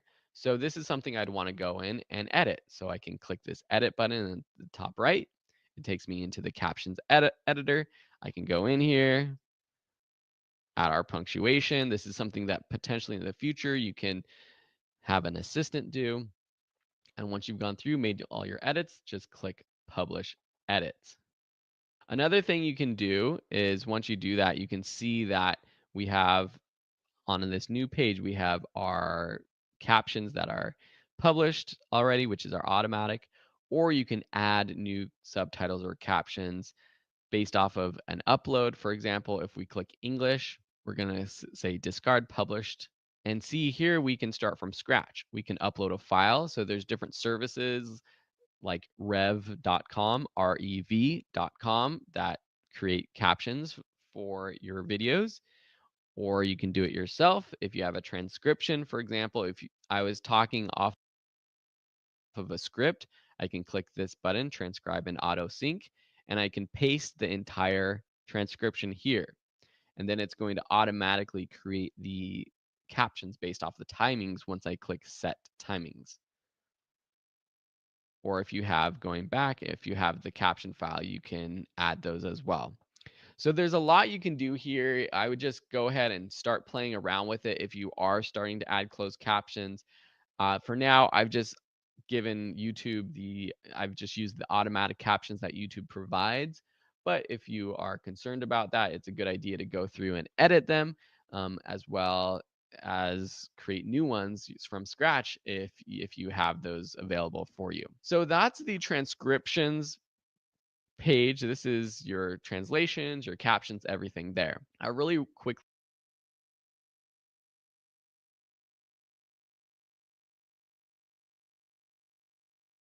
want to show you this copyright page. I actually haven't enabled it. It's not available to everyone. As you can see here on my page, it says this is limited to individual creators and small businesses. And I'm not exactly sure how many subscribers you need to have. I just passed 100,000 subscribers, and I believe this showed up after I hit 100,000 subscribers. But if I click agree and continue, what this basically allows me to do is actually, YouTube looks at other channels and sees if they've uploaded my videos. Okay. So this is pretty crazy because now I can go through and see if anyone else was actually uploading my content. And from here, I can mark it as spam, contact the channel, ask YouTube to remove it basically. So that's something as you grow as a YouTube channel, a lot of other users might be tempted to use your content in their channels. And sometimes it's fair use and they can do that, but if they're just taking your video and uploading it, then that's not within the rules, okay? If you have questions about this, let me know, but it's pretty basic. Once you do have this copyright page to go through this, you have your tabs up here for requests that you've made. So I have made some requests in the past for this. You have messages and an archive of all of the videos that you've looked at and you've archived from this page. All right, so that's transcriptions and copyright. And in the next lesson, we're going to look at monetization.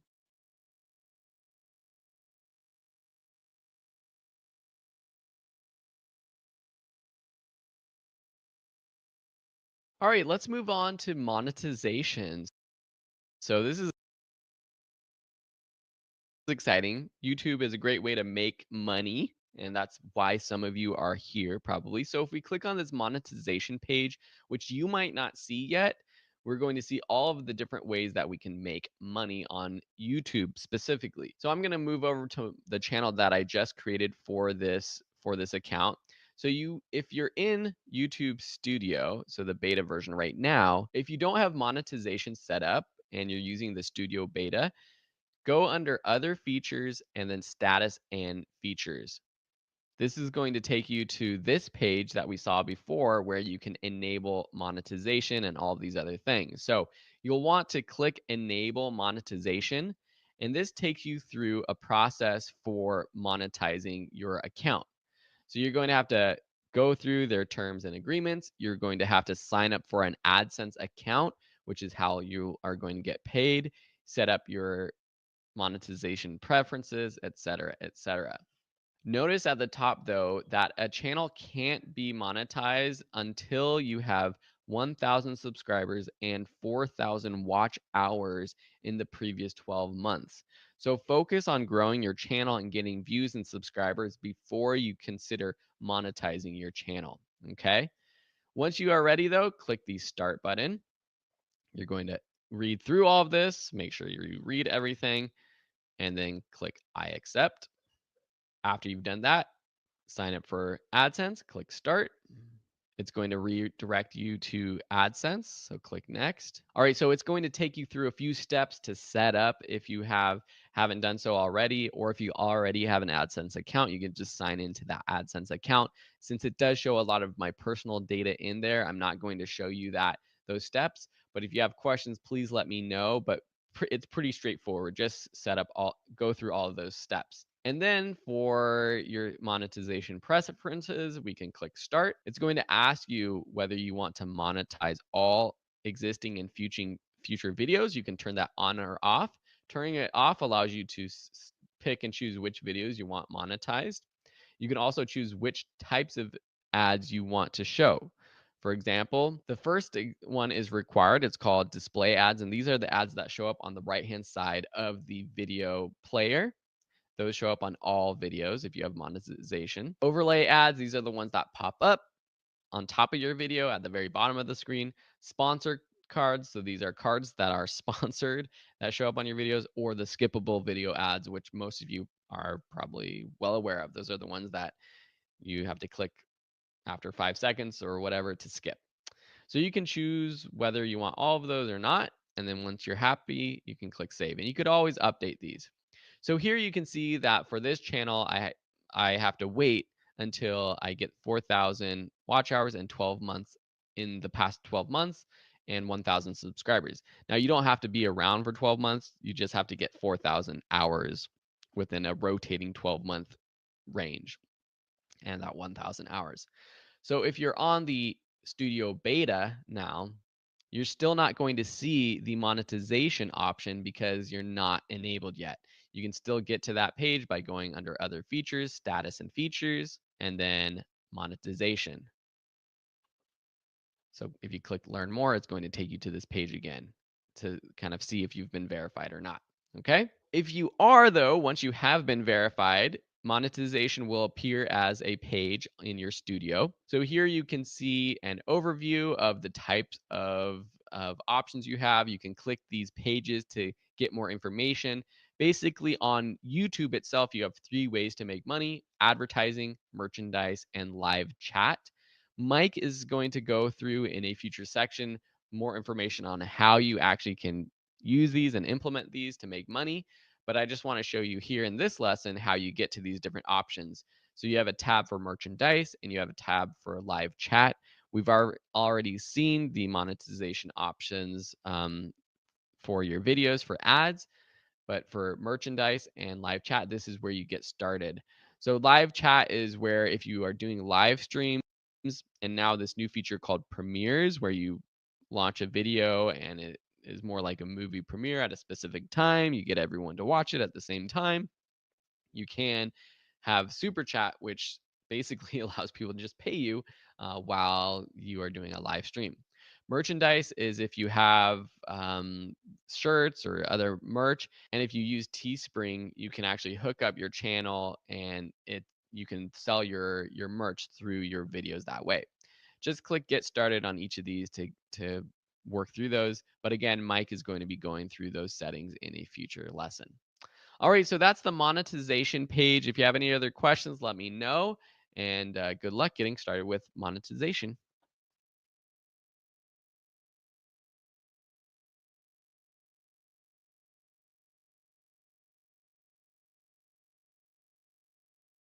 In this lesson, we're going to take a deeper dive into playlists. So from your dashboard, if you hover over other features, you can click this playlist button, which as you see there, it actually isn't built into the new YouTube Studio experience yet. So if you are on the classic Creator Studio, you'll find playlists under Video Manager. So click on Video Manager, then click on Playlist. And this is basically where you see the same options.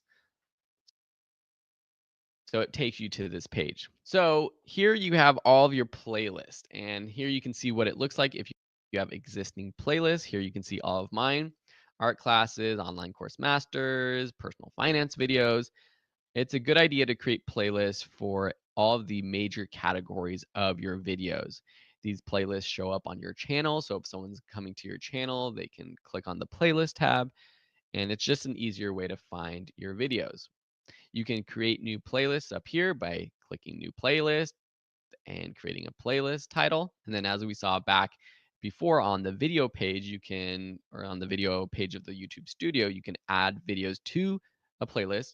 Also, when you are uploading, you can add videos to playlists. Also, again, note that I have these TubeBuddy extension installed. You're not going to see these actions or anything like this without it installed, but you don't need that.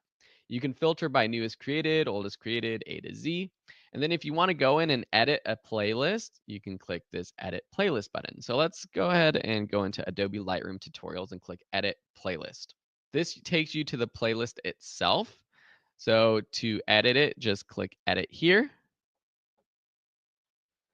And it's going to take you to another page where you can add a description, you can edit the title, you can add videos to it. So if you click add videos,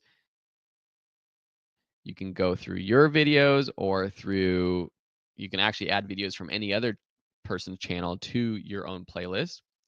You can adjust how it appears. So if you click playlist settings, you can see that it has the privacy settings and then the ordering. So I like to have all of my playlists ordered from date added. So the newest videos will show up first. Sometimes you want to have a manual ordering. For example, if you've created sort of a series of videos, you might want to manually order it, or you can do it most popular, really any of these. And so actually date added or date published is probably the best option, because sometimes I add videos later that have been published for a long time. You also have this option for allow embedding, so people can actually, or you can embed, or other people can embed an entire playlist onto a website, which is a cool thing to do. You can also create auto add rules. So for example, if the title includes, or the description includes, or tag includes Lightroom, for example, now any video that I upload that has Lightroom as a tag will automatically be added to this playlist, which is a really cool option. You can also choose to allow collaborators to add videos to this playlist.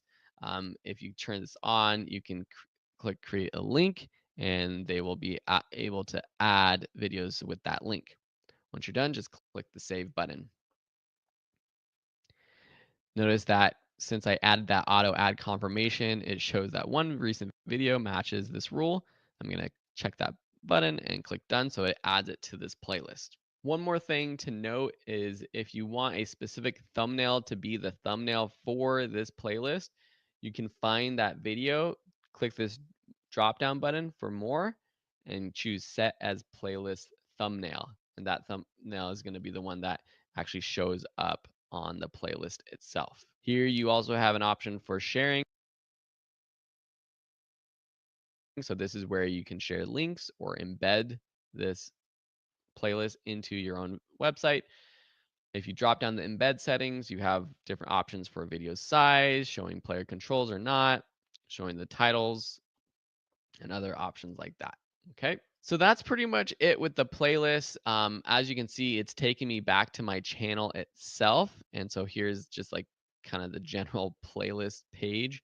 So on the channel itself, you can edit your playlist, you can add playlists, you can also move around on your channel how your playlist appears. So right now it's set up so that it shows the playlist with the most recent video added, or you can change it to the date created, newest or oldest. So that will order it if you have if you want your oldest playlist to show up first.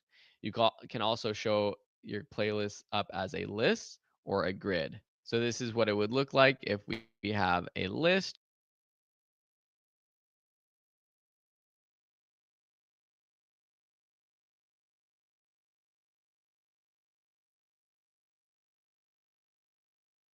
But I like how it looked like as a grid. So I'm going to keep it as a grid. So that's pretty much all I want to show you about playlists. If you have any other questions, please let me know. But remember, this is going to be built into the YouTube Studio in the future. So it's probably going to be an option under here, or it might be in the videos page. But eventually it will be here in a different spot. Thanks for watching, and we'll see you in the next lesson.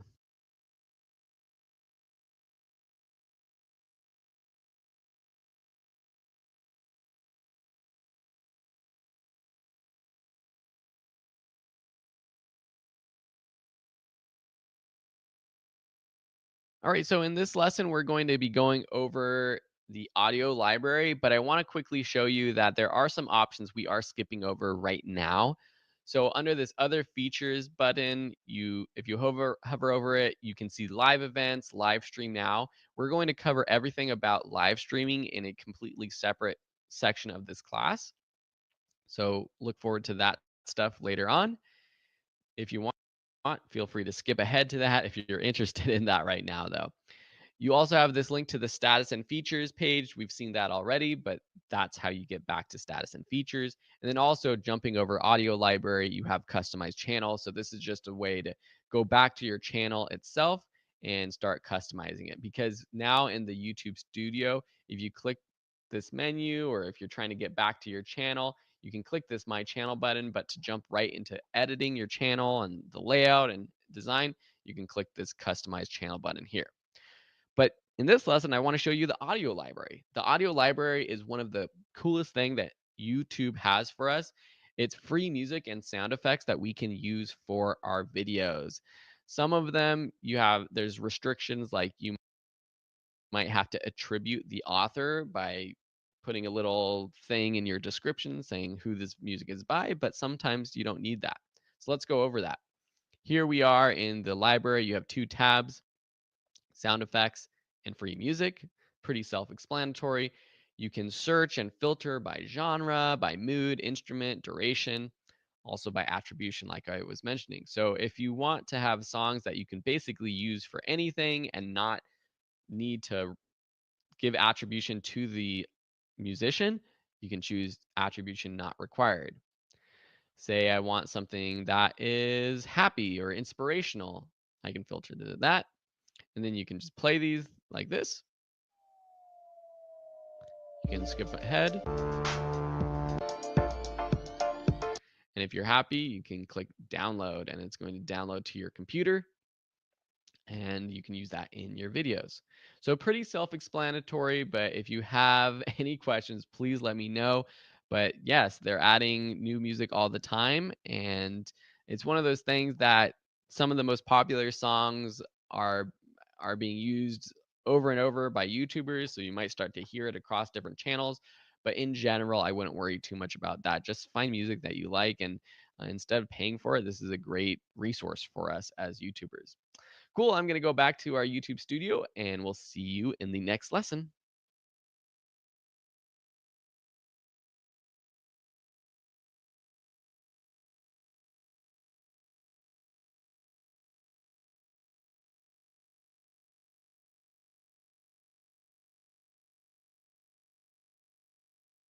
In this lesson, we're going to look at the settings page and start to go over some of the basic settings that are important for you as a YouTuber. So in the YouTube studio, you'll find this just by clicking the settings button, and you'll find a lot of these general settings pop up. If you are using the Creator Studio, the Classic, you'll find some of these settings under channel. So if you click this channel button, you can find interesting things like upload defaults, branding, advanced settings down here. You might also find some of these settings by clicking your profile icon here and clicking YouTube settings here. Okay, so they kind of appear in different places. But let's go back to our YouTube studio. So I'm actually going to use my new account for this lesson. So if I click on settings, you'll see different things pop up, such as under general, you'll see the currency that you want to basically use. So this is going to be for your monetization, your ads, live super chat, all of that kind of stuff. You can choose your default creator experience. So if you want to stick with YouTube Studio, this is it's going to open up the YouTube Studio beta option whenever you go to your studio. Or if you want to go back to Creator Studio every time, just set that as your default preference. If you click on channel, you have different things like keywords. You can select your country. So I would say this is important to select your country so YouTube knows where your videos are coming from. And then keywords, this is really important too. So you probably learned a bit about keywords in the previous section with Mike about adding keywords to your videos. For your channel, you want to add keywords that are the main general, most popular keywords that someone would be interested in when looking for your channel. So for example, if I'm recreating my video school online / Phil Ebner channel, I would add things like photography, video production, video editing, Premiere Pro, After Effects, all of the keywords that are related to my channel. I'm not going to go into like too many specific ones like After Effects, title graphics, or something like that. Just sort of the big general ones, okay? And I would choose between like 10 to 20. You don't want to put too many, because if you put too many keywords, then it kind of defeats the purpose. You want to have them focused and more really specific to your channel. Don't just start putting keywords that are popular, that you think are popular, just to try to get people to find your channel.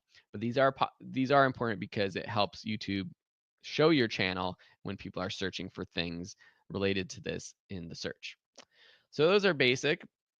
If you want to go and actually edit the name of your channel, you do that by clicking this Google account page. It takes you back to Google itself, and you can do that there. Under advanced, you can link your Google Ads account.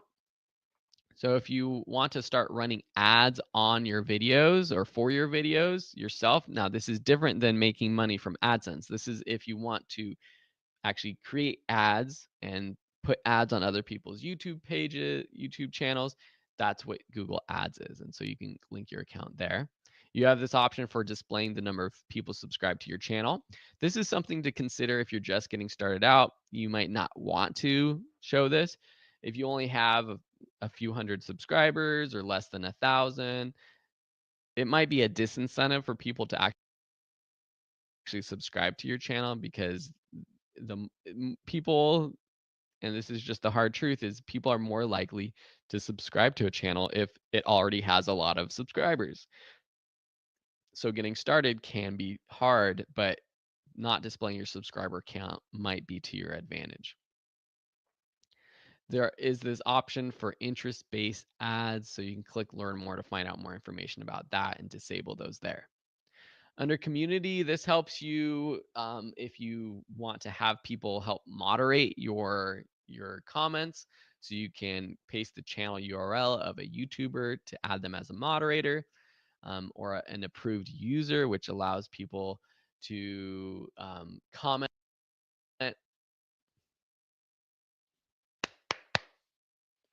Or if you have someone who is posting comments to your videos, such as things that have web links or things like that, that might be seen as spam or blocked by YouTube as spam, but you want those to be approved automatically, you can add those users here. If someone is consistently spamming your page, you can block them here. So you can actually just copy the channel URL for that user and paste it here. I have several users who just consistently were spamming me, and I've added as hidden users here.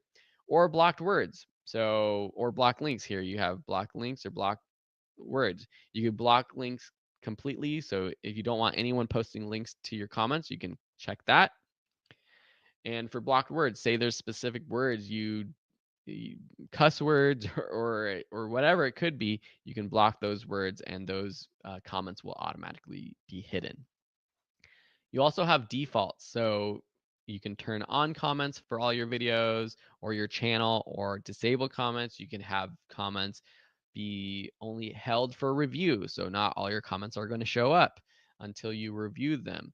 You can also do this with messages in your live chat. So this is probably a good thing to turn on, because if you're doing live streaming, it's hard to control what people are saying. So holding inappropriate chat messages for review automatically is probably a good idea. With all of these things, you want to click save when you're done. In the next lessons, we're going to be going over some of these other settings that aren't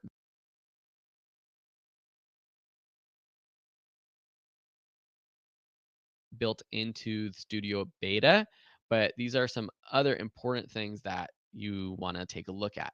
But for now, go through these basic settings, change the ones that you want, and we'll see you in the next lesson.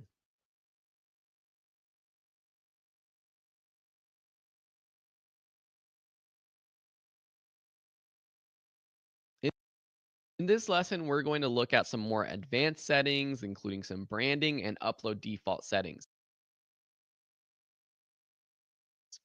In the new YouTube Studio, if you click on Settings, and hover over Other Settings, you'll find all of these options here. So I'm going to start with Advanced Channel Settings, and then we'll work our way through. These are going to be built into YouTube Studio in the future, but for now, you kind of have to go one at a time. If you're using Classic Creator Studio, you'll find these options by going to Channel, clicking on Channel, and then you'll see these options here: Upload Defaults, Branding, and Advanced. Okay, so here is my new channel that I just created. A lot of these settings under Advanced are what we just went through. So you have the country, keywords, disabling interest-based ad, that kind of stuff. Your subscriber count.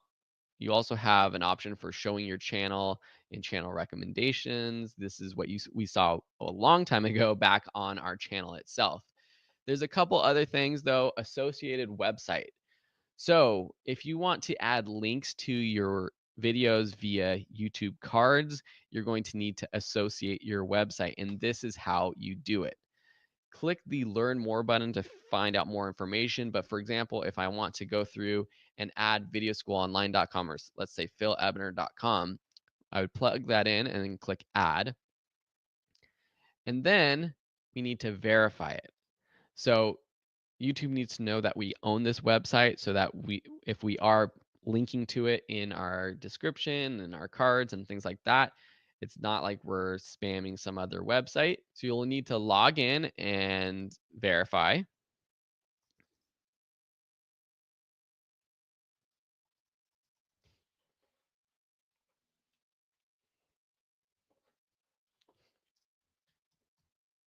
So once you log into your Google account, it's going to take you to this page, Webmaster Central. And there are different ways to verify your website. The way they recommend is HTML file upload. So basically what you do is you click download this HTML file. You're going to upload the file to your website. You're going to confirm it by going to this page and then click verify. There's also alternate methods. For example, if you sign into your domain name provider, for example, if you use GoDaddy, for example, it's pretty easy to verify that this is your account. You can add an HTML tag. This stuff is a little bit more advanced, and so I'm not going to go over it in this lesson. And it really is going. I'm not really going to go over this in the course because there's so many different methods. People have different web hosts. You have different web builders, so it's going to be different for everyone. But all the instructions are here on this page, and if you need help, feel free to send us a question. But also look up on YouTube tutorials on your specific method. So if you're having trouble using the HTML tag method to verify your channel, look up how to do that, and there will be a tutorial. Okay. All right, so we're back on the advanced settings. So that's associated websites. The other thing here is this Google Analytics property tracking ID. So if you use Google Analytics separate than the analytics here in YouTube, you can create different properties and view your YouTube analytics there. So this is, again, a little bit more advanced, and we're not going to cover this in this class because we recommend just using the analytics right within YouTube that we're going to be covering in a future section. Okay, so those are the advanced settings. Let's go ahead and click Return to YouTube Studio and go to our next option, Channel Branding. Channel branding is cool because it allows you to put a watermark over your videos. So click Add Watermark. It gives you recommendations. You can choose a file. You want to make sure something that is a PNG file or a GIF or GIF that doesn't have a background. So for example, let's go into our branding for Video School Online. Let's go to our logo. Let's find one PNG. You want it to be a square. Find my square logo. Where is that? Oh, here we go. I think a white square is probably best. So I'm going to click open, save. You just want to use one color and click save. So now this watermark is going to appear in the bottom right corner of all our videos. Next, we can choose how we want it to appear. So right now, we can have it appear after 5 seconds.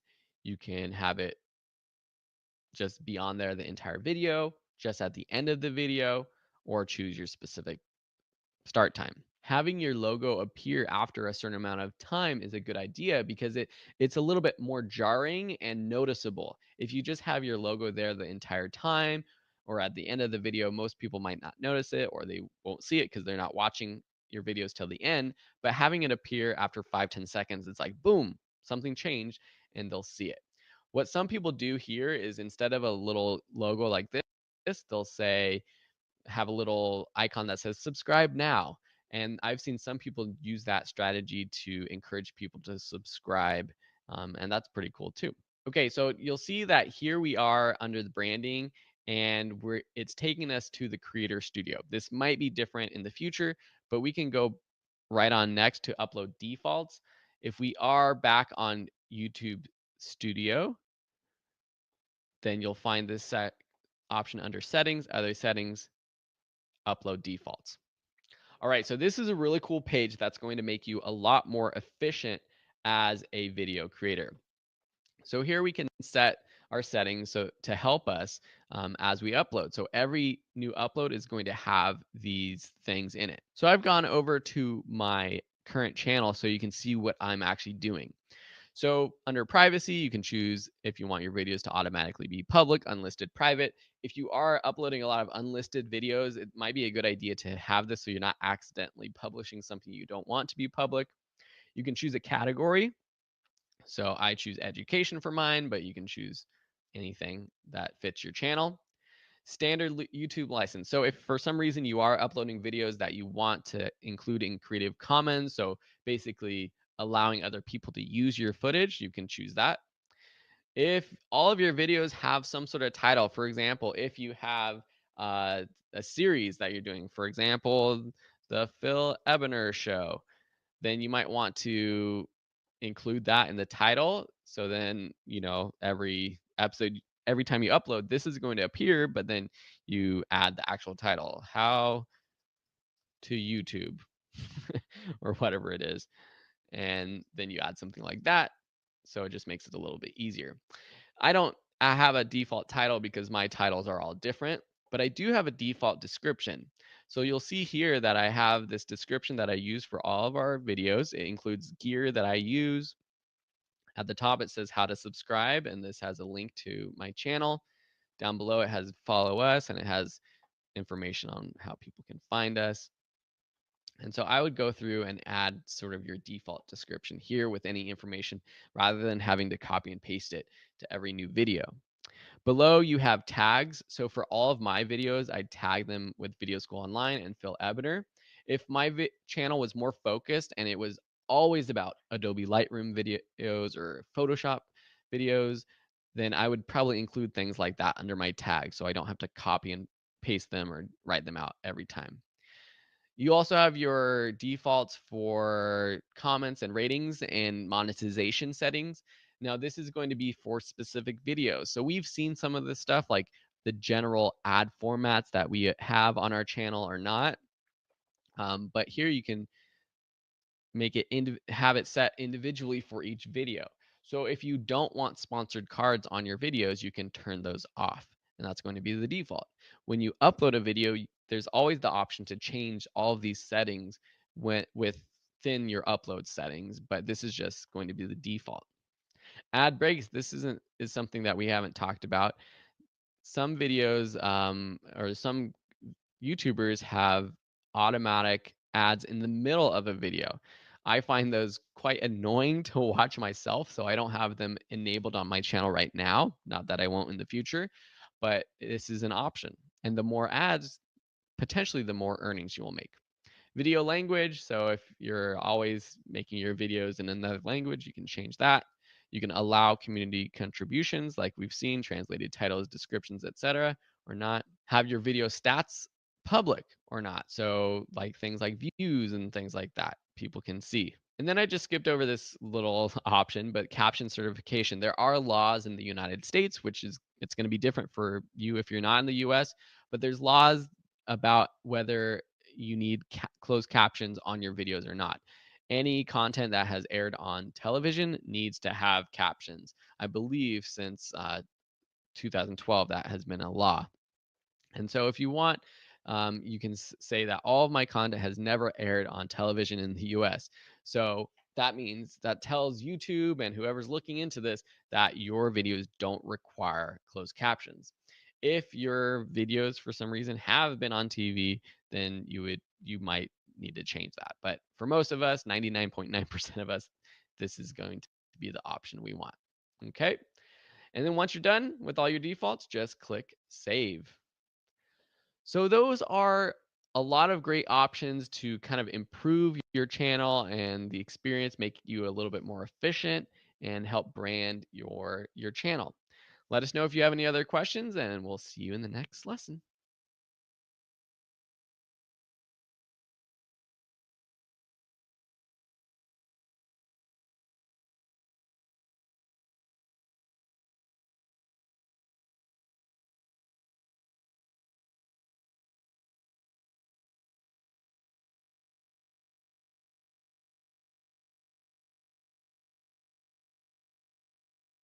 Welcome back to the YouTube Masterclass. In this section, we're going to be discussing how to grow your audience on YouTube from scratch.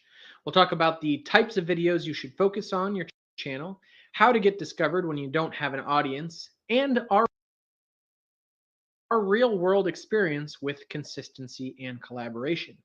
If you're ready to grow your audience, let's get started.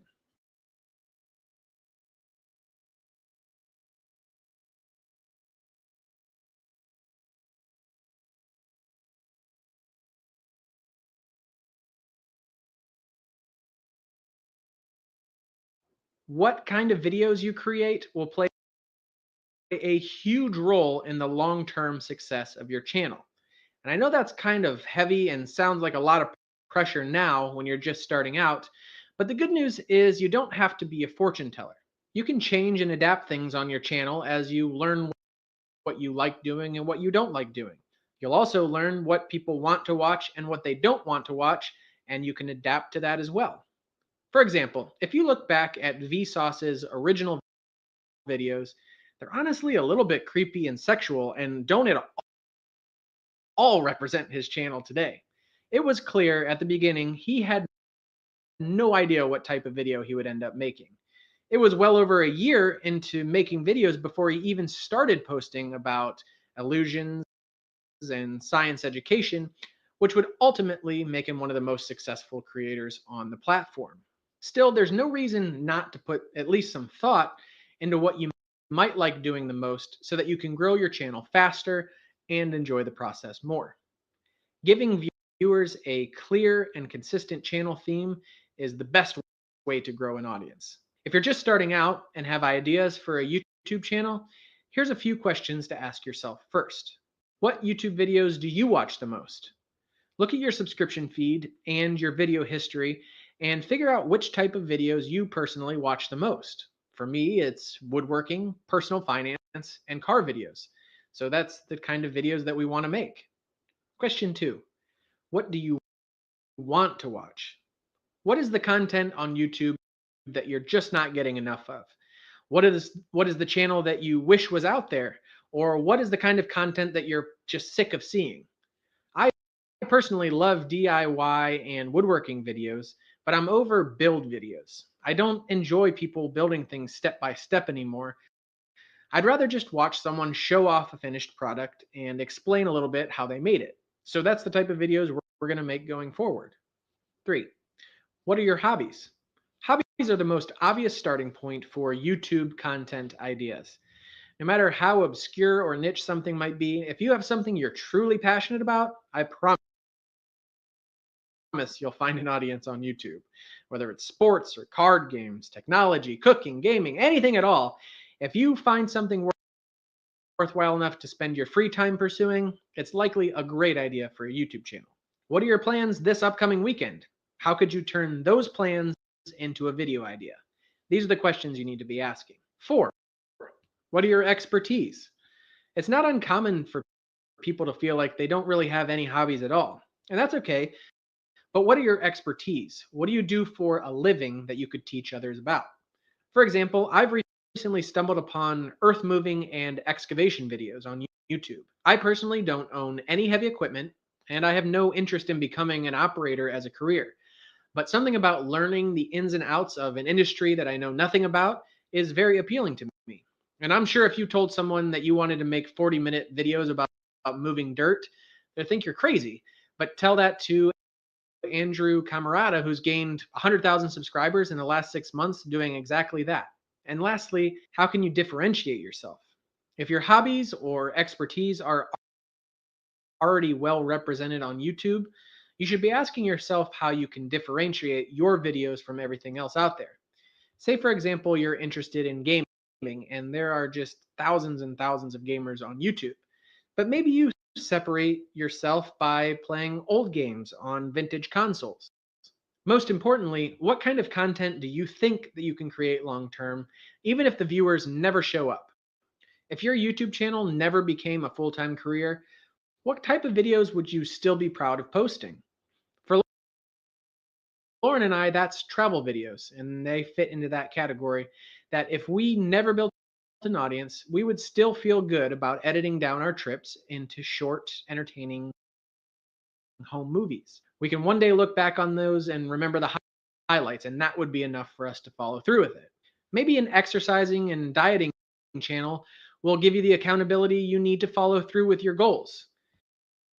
And even if you don't build an audience, that would still be good enough and would be a success in your own mind. Maybe you just like researching historical events, and putting all that knowledge into one video is very rewarding. Here's a few common categories of videos on YouTube that can help get you started, and see if you can fit your hobbies or your expertise into one of these. Vlogging, which is simply just showing your day-to-day life. There are commentary videos, whether it's news, gossip, current events. There's educational videos such as science, math, cooking, DIY, or history. There's product reviews of, technology, cars, different services. There's, of course, gaming channels and travel channels.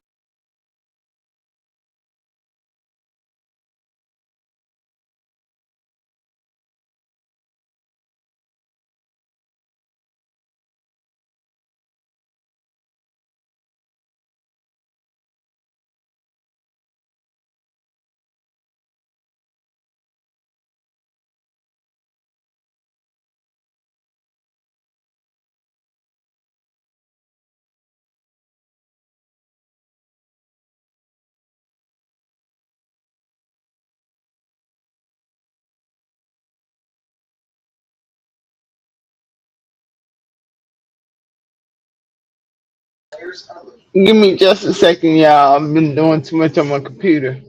There you go. Technology, cars, different services.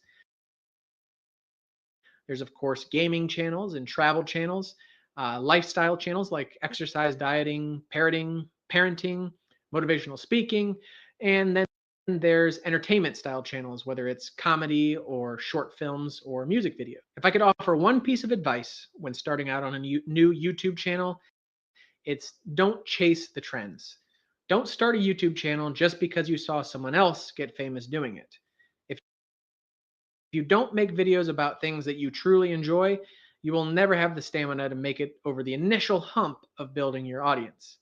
When you start making videos, you'll be lucky to get 2, maybe 3 views per video, maybe 5 or 10 if your friends and family are extra nice.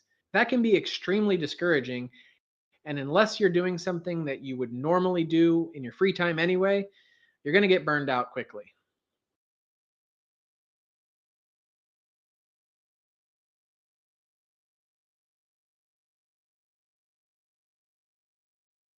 What does a successful YouTube video look like to you? Does successful mean popular? Are views all that matter? Let's take a look at a few different metrics of success and see which types of YouTube videos fit into that mold. Views. Although views pay the bills, it's not the only thing you should focus on. If your video gets a lot of views, you might be onto something, But it could also be a fluke. Maybe your video went viral because you captured a historic moment at the right time. If it's not replicatable, then it's not successful, in my opinion. Not to mention that views can be bought or gamed by using misleading titles and thumbnails. Views aren't everything. Watch time. A much better metric, and the one that YouTube cares about the most, is watch time. Successful YouTubers not only keep their viewers watching to the end of their video or near the end of the video, but they also encourage them to keep watching after it's over. If someone watches one of your videos for the first time, then another, then I would say you have a successful channel on your hands. Viewer engagement on YouTube is also an important metric, and as a creator, it might be the important metric for your long-term sustainability. Engagement is when a viewer likes, subscribes, shares, or comments on a video. If you can get a discussion going in the comments section of your video, then you know you've created something of value. Just like in our lives outside of YouTube, people want to be part of a community. And if you can create a channel where discussion is encouraged and expected, then you've created a very successful video. With all that being said, what types of videos specifically meet these criteria? Well, there's educational videos, product review videos, there's commentary, there's self-improvement videos, people like favorite or best of videos, haul videos, gaming videos. Those are just a few examples, and in fact, you can foster a healthy community with any type of video as long as there's two things. One, there's a reason for the viewer to watch to the very end of the video. You want to give them that resolution at the end of the video, and you also want there to be some kind of opinion or commentary or controversy on the topic so that people are inclined to discuss it as a community in the comment section.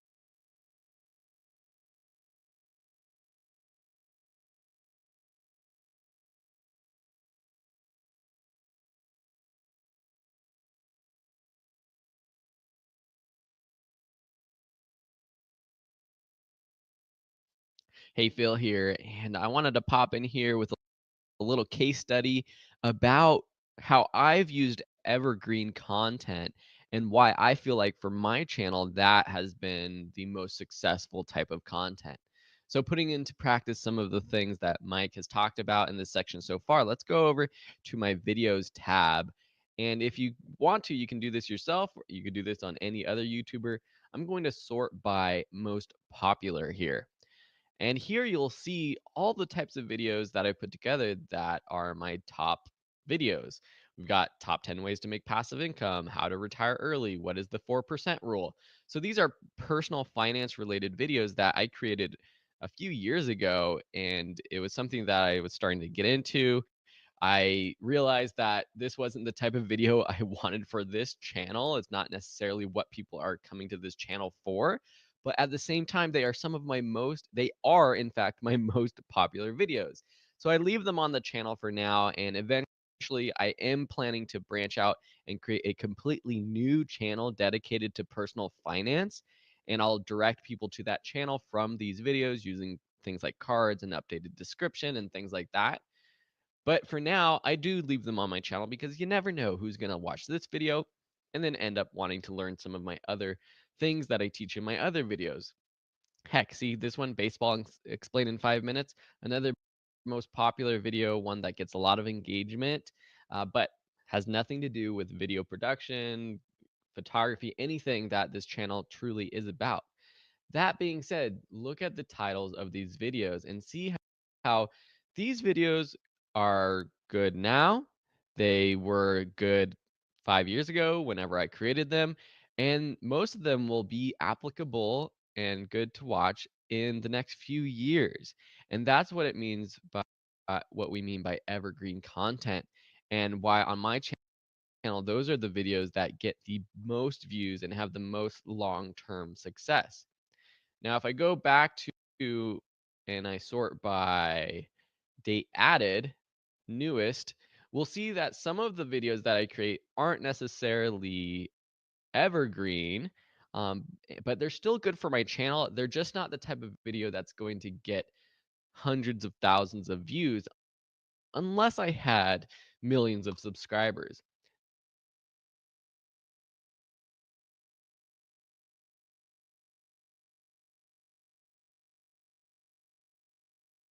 This one, for example, this is 2018 year in review video of Video School Online, or Happy Holidays from the Eboners.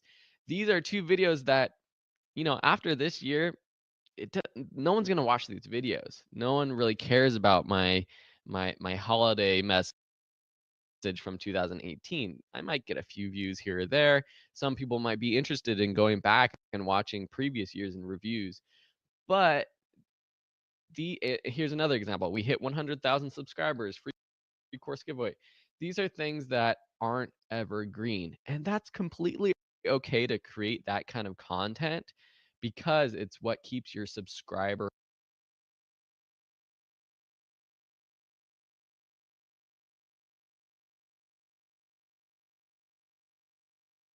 engaged with you. But at the same time,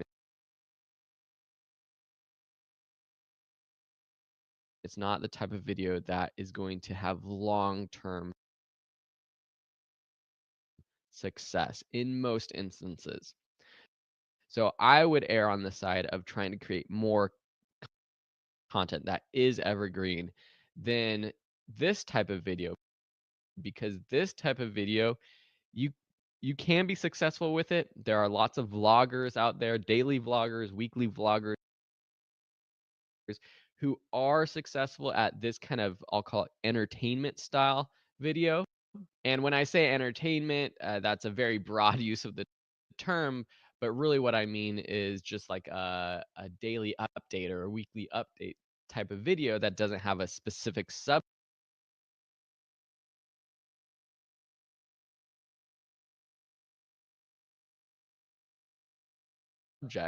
Those kinds of videos are tough to have success with. Only if you are a very entertaining person yourself and can attract an audience for that kind of daily or weekly update will you have success. But for most of us, focusing on the evergreen content is going to be what wins. All right, hope you enjoyed this case study, and we'll see you in another lesson.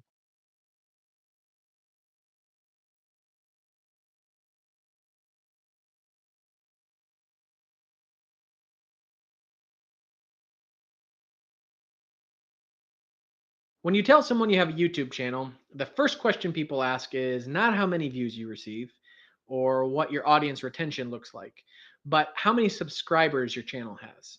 It makes sense because it's a clear metric that people can relate to old media like TV, and it gives us a little bit of social proof. Although having a lot of subscribers is generally a good indication that a YouTube channel is successful, that's not always the case. It could be that the channel was popular at one time and they're no longer consistently uploading, or they could have had a series of viral videos that don't represent their channel well or that they're not capable of replicating. And your number of subscribers does not directly affect the success of your channel by any metric, whether it's how engaged your community is or how much you earn per month. Active subscribers do indirectly influence your channel's success in a number of ways. First, your subscribers are the first people to view your videos, and they give it a boost in the search and suggested video algorithm. If your subscribers are active viewers of your videos, you can expect several thousand views within the first few hours of posting a video. If those views translate into good watch time with strong retention and good engagement, then that's a very good indication to YouTube that they should suggest your video on the homepage or in the suggested videos page. On a healthy YouTube channel, your subscribers should be your biggest fans. They'll be the most likely to comment in your videos, they'll give you feedback, And they'll also be the most likely to support your channel monetarily through merchandise, affiliate links, or crowdfunding. So subscribers are not something you want to overlook.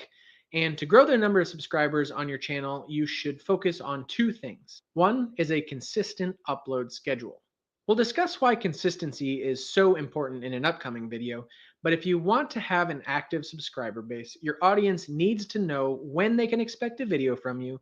And not only that, they should know what to expect that video is going to be about. That means to grow your subscribers the fastest, you should be posting on-topic videos on a consistent schedule. That schedule could be daily, weekly, or monthly, depending on your content, but we'll discuss that in another video. But to actually grow your channel, you're going to need to convert searchers into subscribers. And by that I mean when someone finds your video through search or suggested video, they should want to become a subscriber so that they don't miss any of your videos. Here's a few ways to do that. One is just to make great content. This goes without saying. If your videos can't capture the attention of a viewer and get them wanting more, and there's no reason for them to subscribe. But two, you should ask them to subscribe. At the end of each video, make a short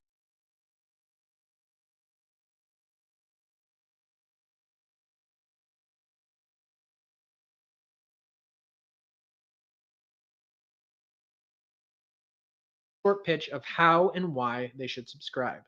The how can be just clicking the subscribe button below the video or on the end screen, and the why should be a short introduction to what your channel is about.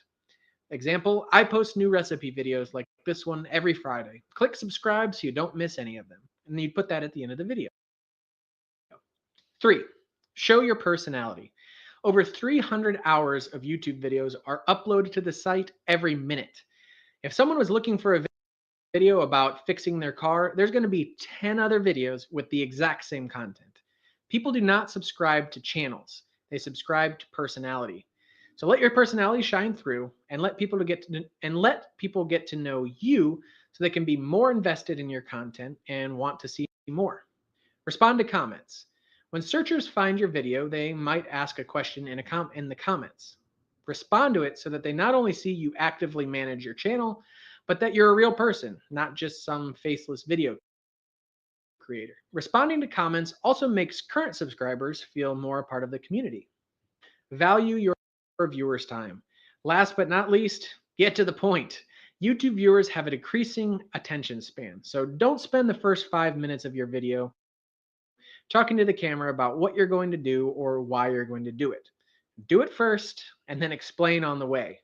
Be ruthless in your edits and cut out anything that isn't critical to get the information across to your viewer. Value your viewers' time, and they will be much more likely to watch other videos that you made because they know there's not going to be too much fluff.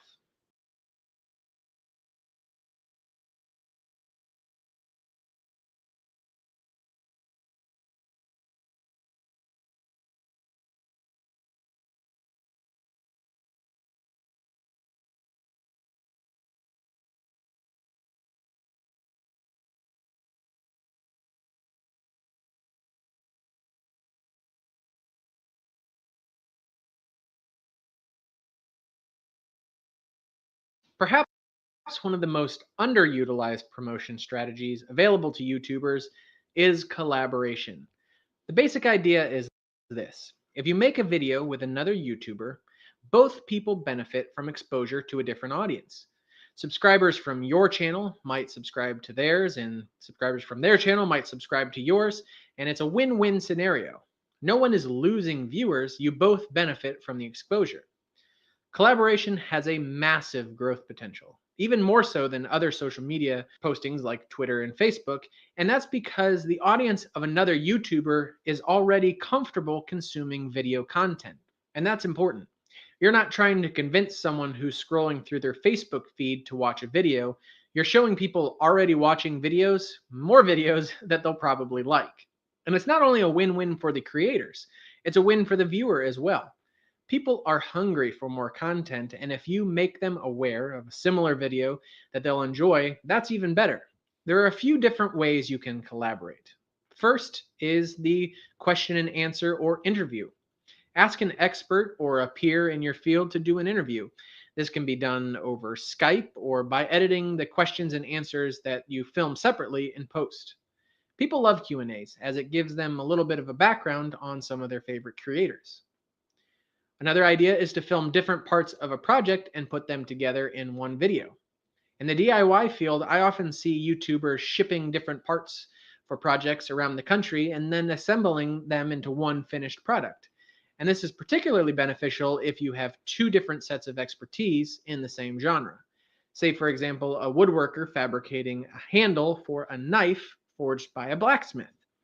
Both are in the DIY realm of things, but the audiences are likely to be different enough to get a substantial boost from the collaboration. Another option is to swap entire videos. Another way to collaborate is to offer to make an entire video for another YouTube channel. Using our knife example, you might offer to make a short tutorial about woodworking for people with a blacksmithing background, and then you would give it to the blacksmith to post on his channel. So he gets new content that his subscribers are going to enjoy, and you get the exposure on his channel when the viewers will likely come over to your channel to see what you're all about. And lastly, you can always just meet up in person. We've done this several times with other YouTubers when we're meeting for a conference or an event somewhere. When meeting in person, you can use any of the above methods, whether that's an interview or working on screen together on a project. But how exactly is it done? How do you get YouTubers to agree to collaborate? Simply write an email or send them a direct message on Twitter or Facebook. It's that simple. Be confident and direct and have a plan in mind. That helps. But I found that most often people are interested. One tip, though, is to not just focus on the big YouTubers that you look up to the most. I won't say it's not worth a shot to reach out to Casey Neistat, but he likely gets more offers for sponsorships and collaborations in a day that we've gotten in our entire career. Instead, try and collaborate with people who have similar audiences of about the same size or smaller than yours. This levels the playing field a bit and brings both channels up together like the rising of a tide.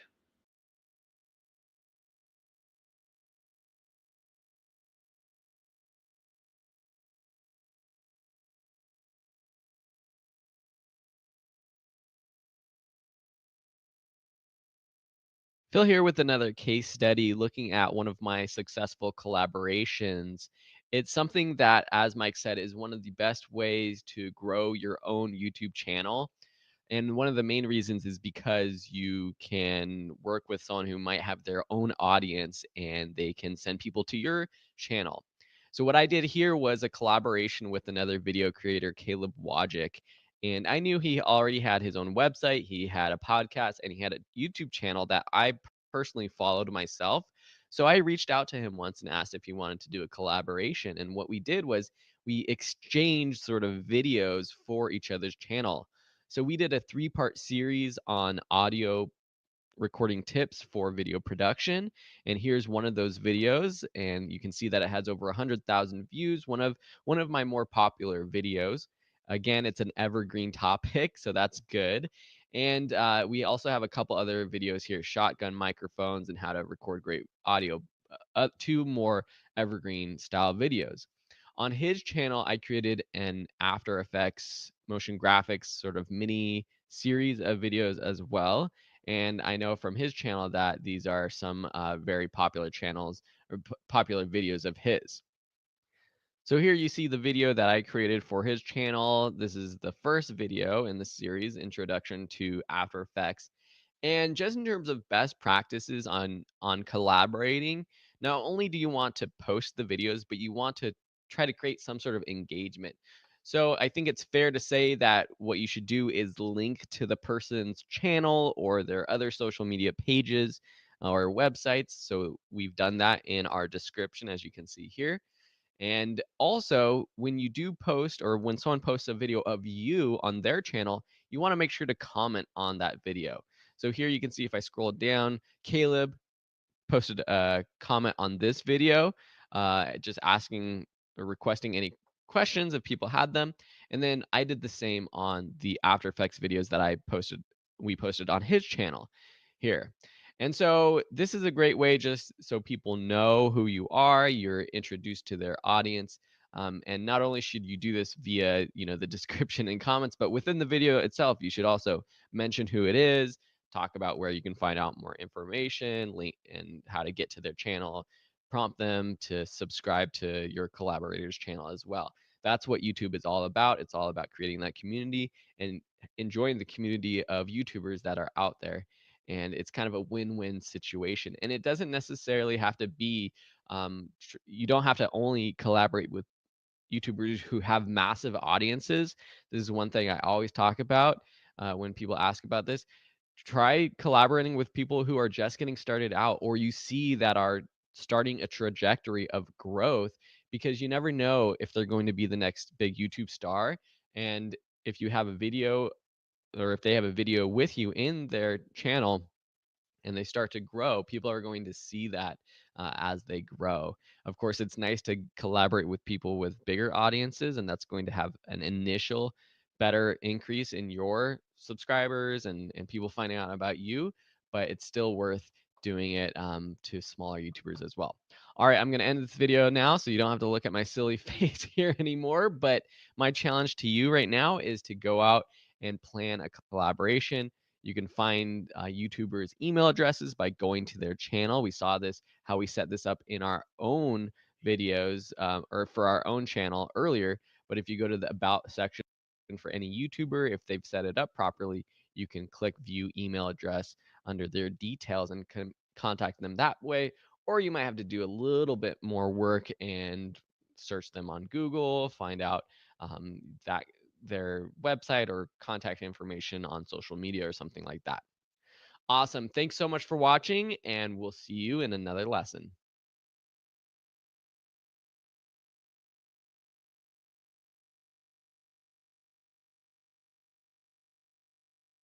Consistency is critical for building an audience on any platform, but it's particularly important on YouTube. As we've discussed, YouTube has a lot of control over your growth potential, and we want to be on their search and suggestion engine as much as possible. And in fact, YouTube has been very specific about consistency. In our YouTube partner meetings, they've even gone as far to say that if we have 3 videos ready to upload, you'd be better off posting once a week instead of 3 all at once. As a consumer of YouTube videos, I also look for consistent uploads before I consider subscribing. Generally, if I see a video I like, I'll see how many subscribers they have because I have that instinctual need for social proof, but then I'll see if they post videos regularly. Often the video I'm watching is a one-hit viral wonder, so I'll move on. But if someone is making an effort to upload every week consistently, I'll subscribe for more videos. How critical is it to post the same day every single week? Well, I think it used to be a big deal to post the same time on the same days every week, but now with the subscription notifications and the recommended video page on the homepage, I just don't think viewers really notice if you post at exactly the same time on the exact same day every week. But showing that you're committed to making videos regularly is still very important. In our YouTube career, we've had our ups and downs with consistent posting. However, our foundation of our channel was built by posting 2 videos a week, every week for about 2 years. Now, our schedule is more flexible now, and our YouTube channel and our careers have changed a bit, but our monthly views definitely reflect that change. All that to say, I don't think viewers are going to notice if you post on a Thursday instead of a Friday one week, but they will notice if you don't post a video every week at some point. Consistency is also for your benefit. If you're just starting out, I think consistency is equally important for you as it is for the viewer.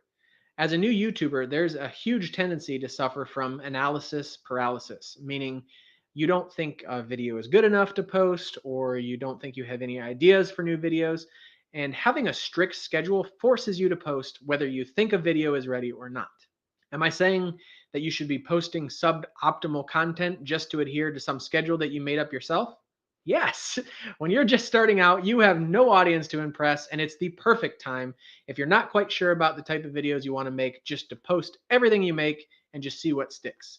The key is to keep posting.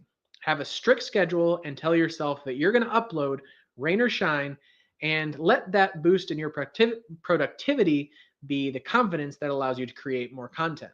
How many days per week should you be uploading?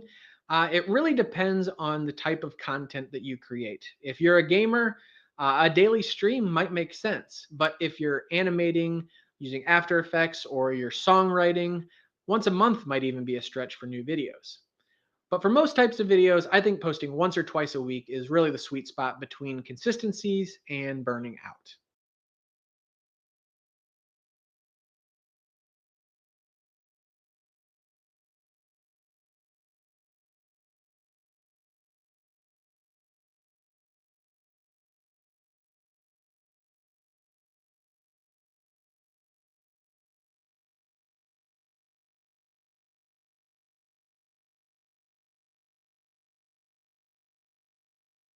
Hey, welcome back to the YouTube Masterclass. In this section, we're going to go over live streaming. Live streaming has become such a big part of YouTube and social media in general, and we wanted to dedicate an entire section to it.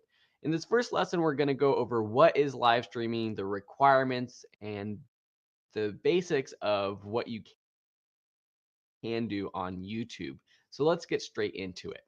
If it's not self-explanatory, live streaming is where you actually go on camera, on video, live. So you are there, you are interacting, the audience is watching you live. And there's multiple ways to do this with YouTube. You can do it with the desktop app, and you can also do it with the mobile app. And on YouTube, there's multiple ways to do this. You can do this straight through the desktop and also on the mobile app. The way you do it is a little bit different on each, and they have been making some recent changes to this, but we're going to be going over the multiple ways that you can on the desktop in this course. Currently, there's 3 ways to go live with your desktop. One is Stream Now, where you're basically going live using an external app, which allows you to have multiple cameras, multiple angles. You could adjust your camera settings. You can stream your desktop, your webcam, multiple things, change your shots,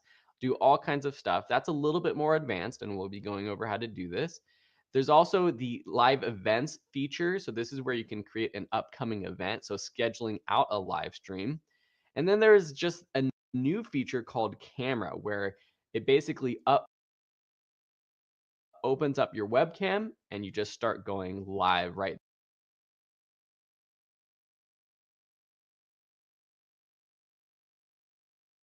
then and there with your webcam.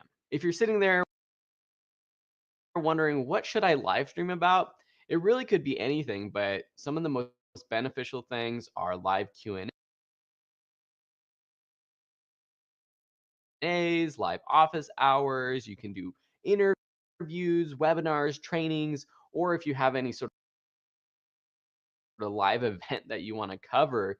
For example, this is something silly, but my younger brother, when he was in high school, he was on the robotics team, and they had robotics competitions that they would actually just live stream on YouTube using their webcam. So it was an actual event, super simple setup just with a webcam, but that was something that people from all around the world could tune into.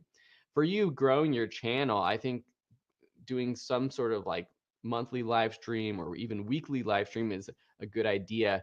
In my photography course, one of my other courses, we actually do live streams, not on YouTube, but they are on Facebook. And similarly, you can actually do live streams on both Facebook and YouTube at the same time with a tool called Restream. We're not going to go over that in this class because I've never used it, but I know other YouTubers have used that so that they can live stream on multiple platforms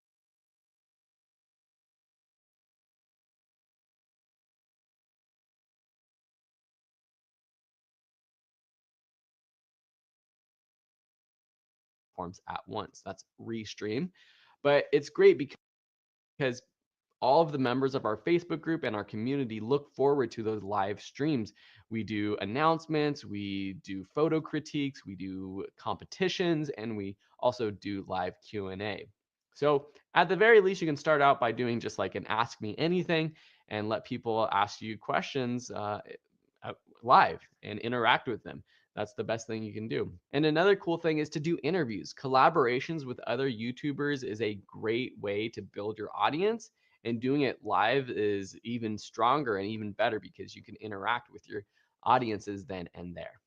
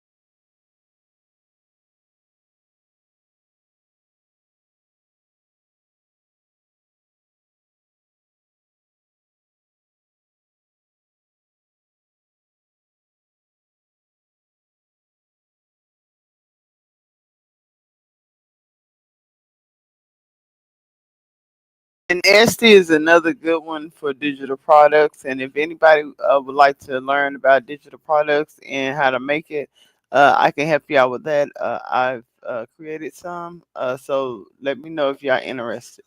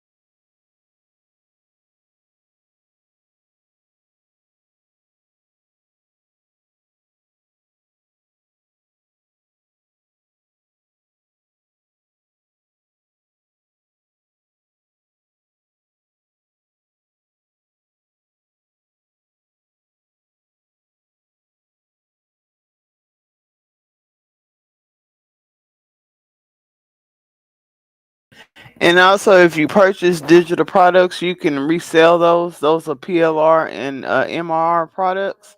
So you can resell those products or either transform it into other content. So that's a good.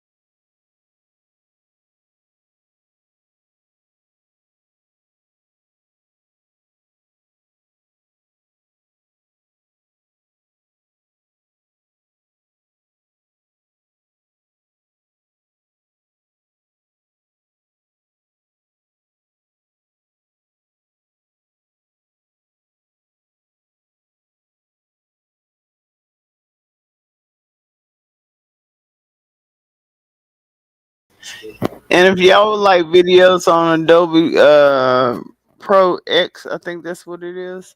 I also have those videos. If y'all want to watch those, or y'all want me to upload them, let me know.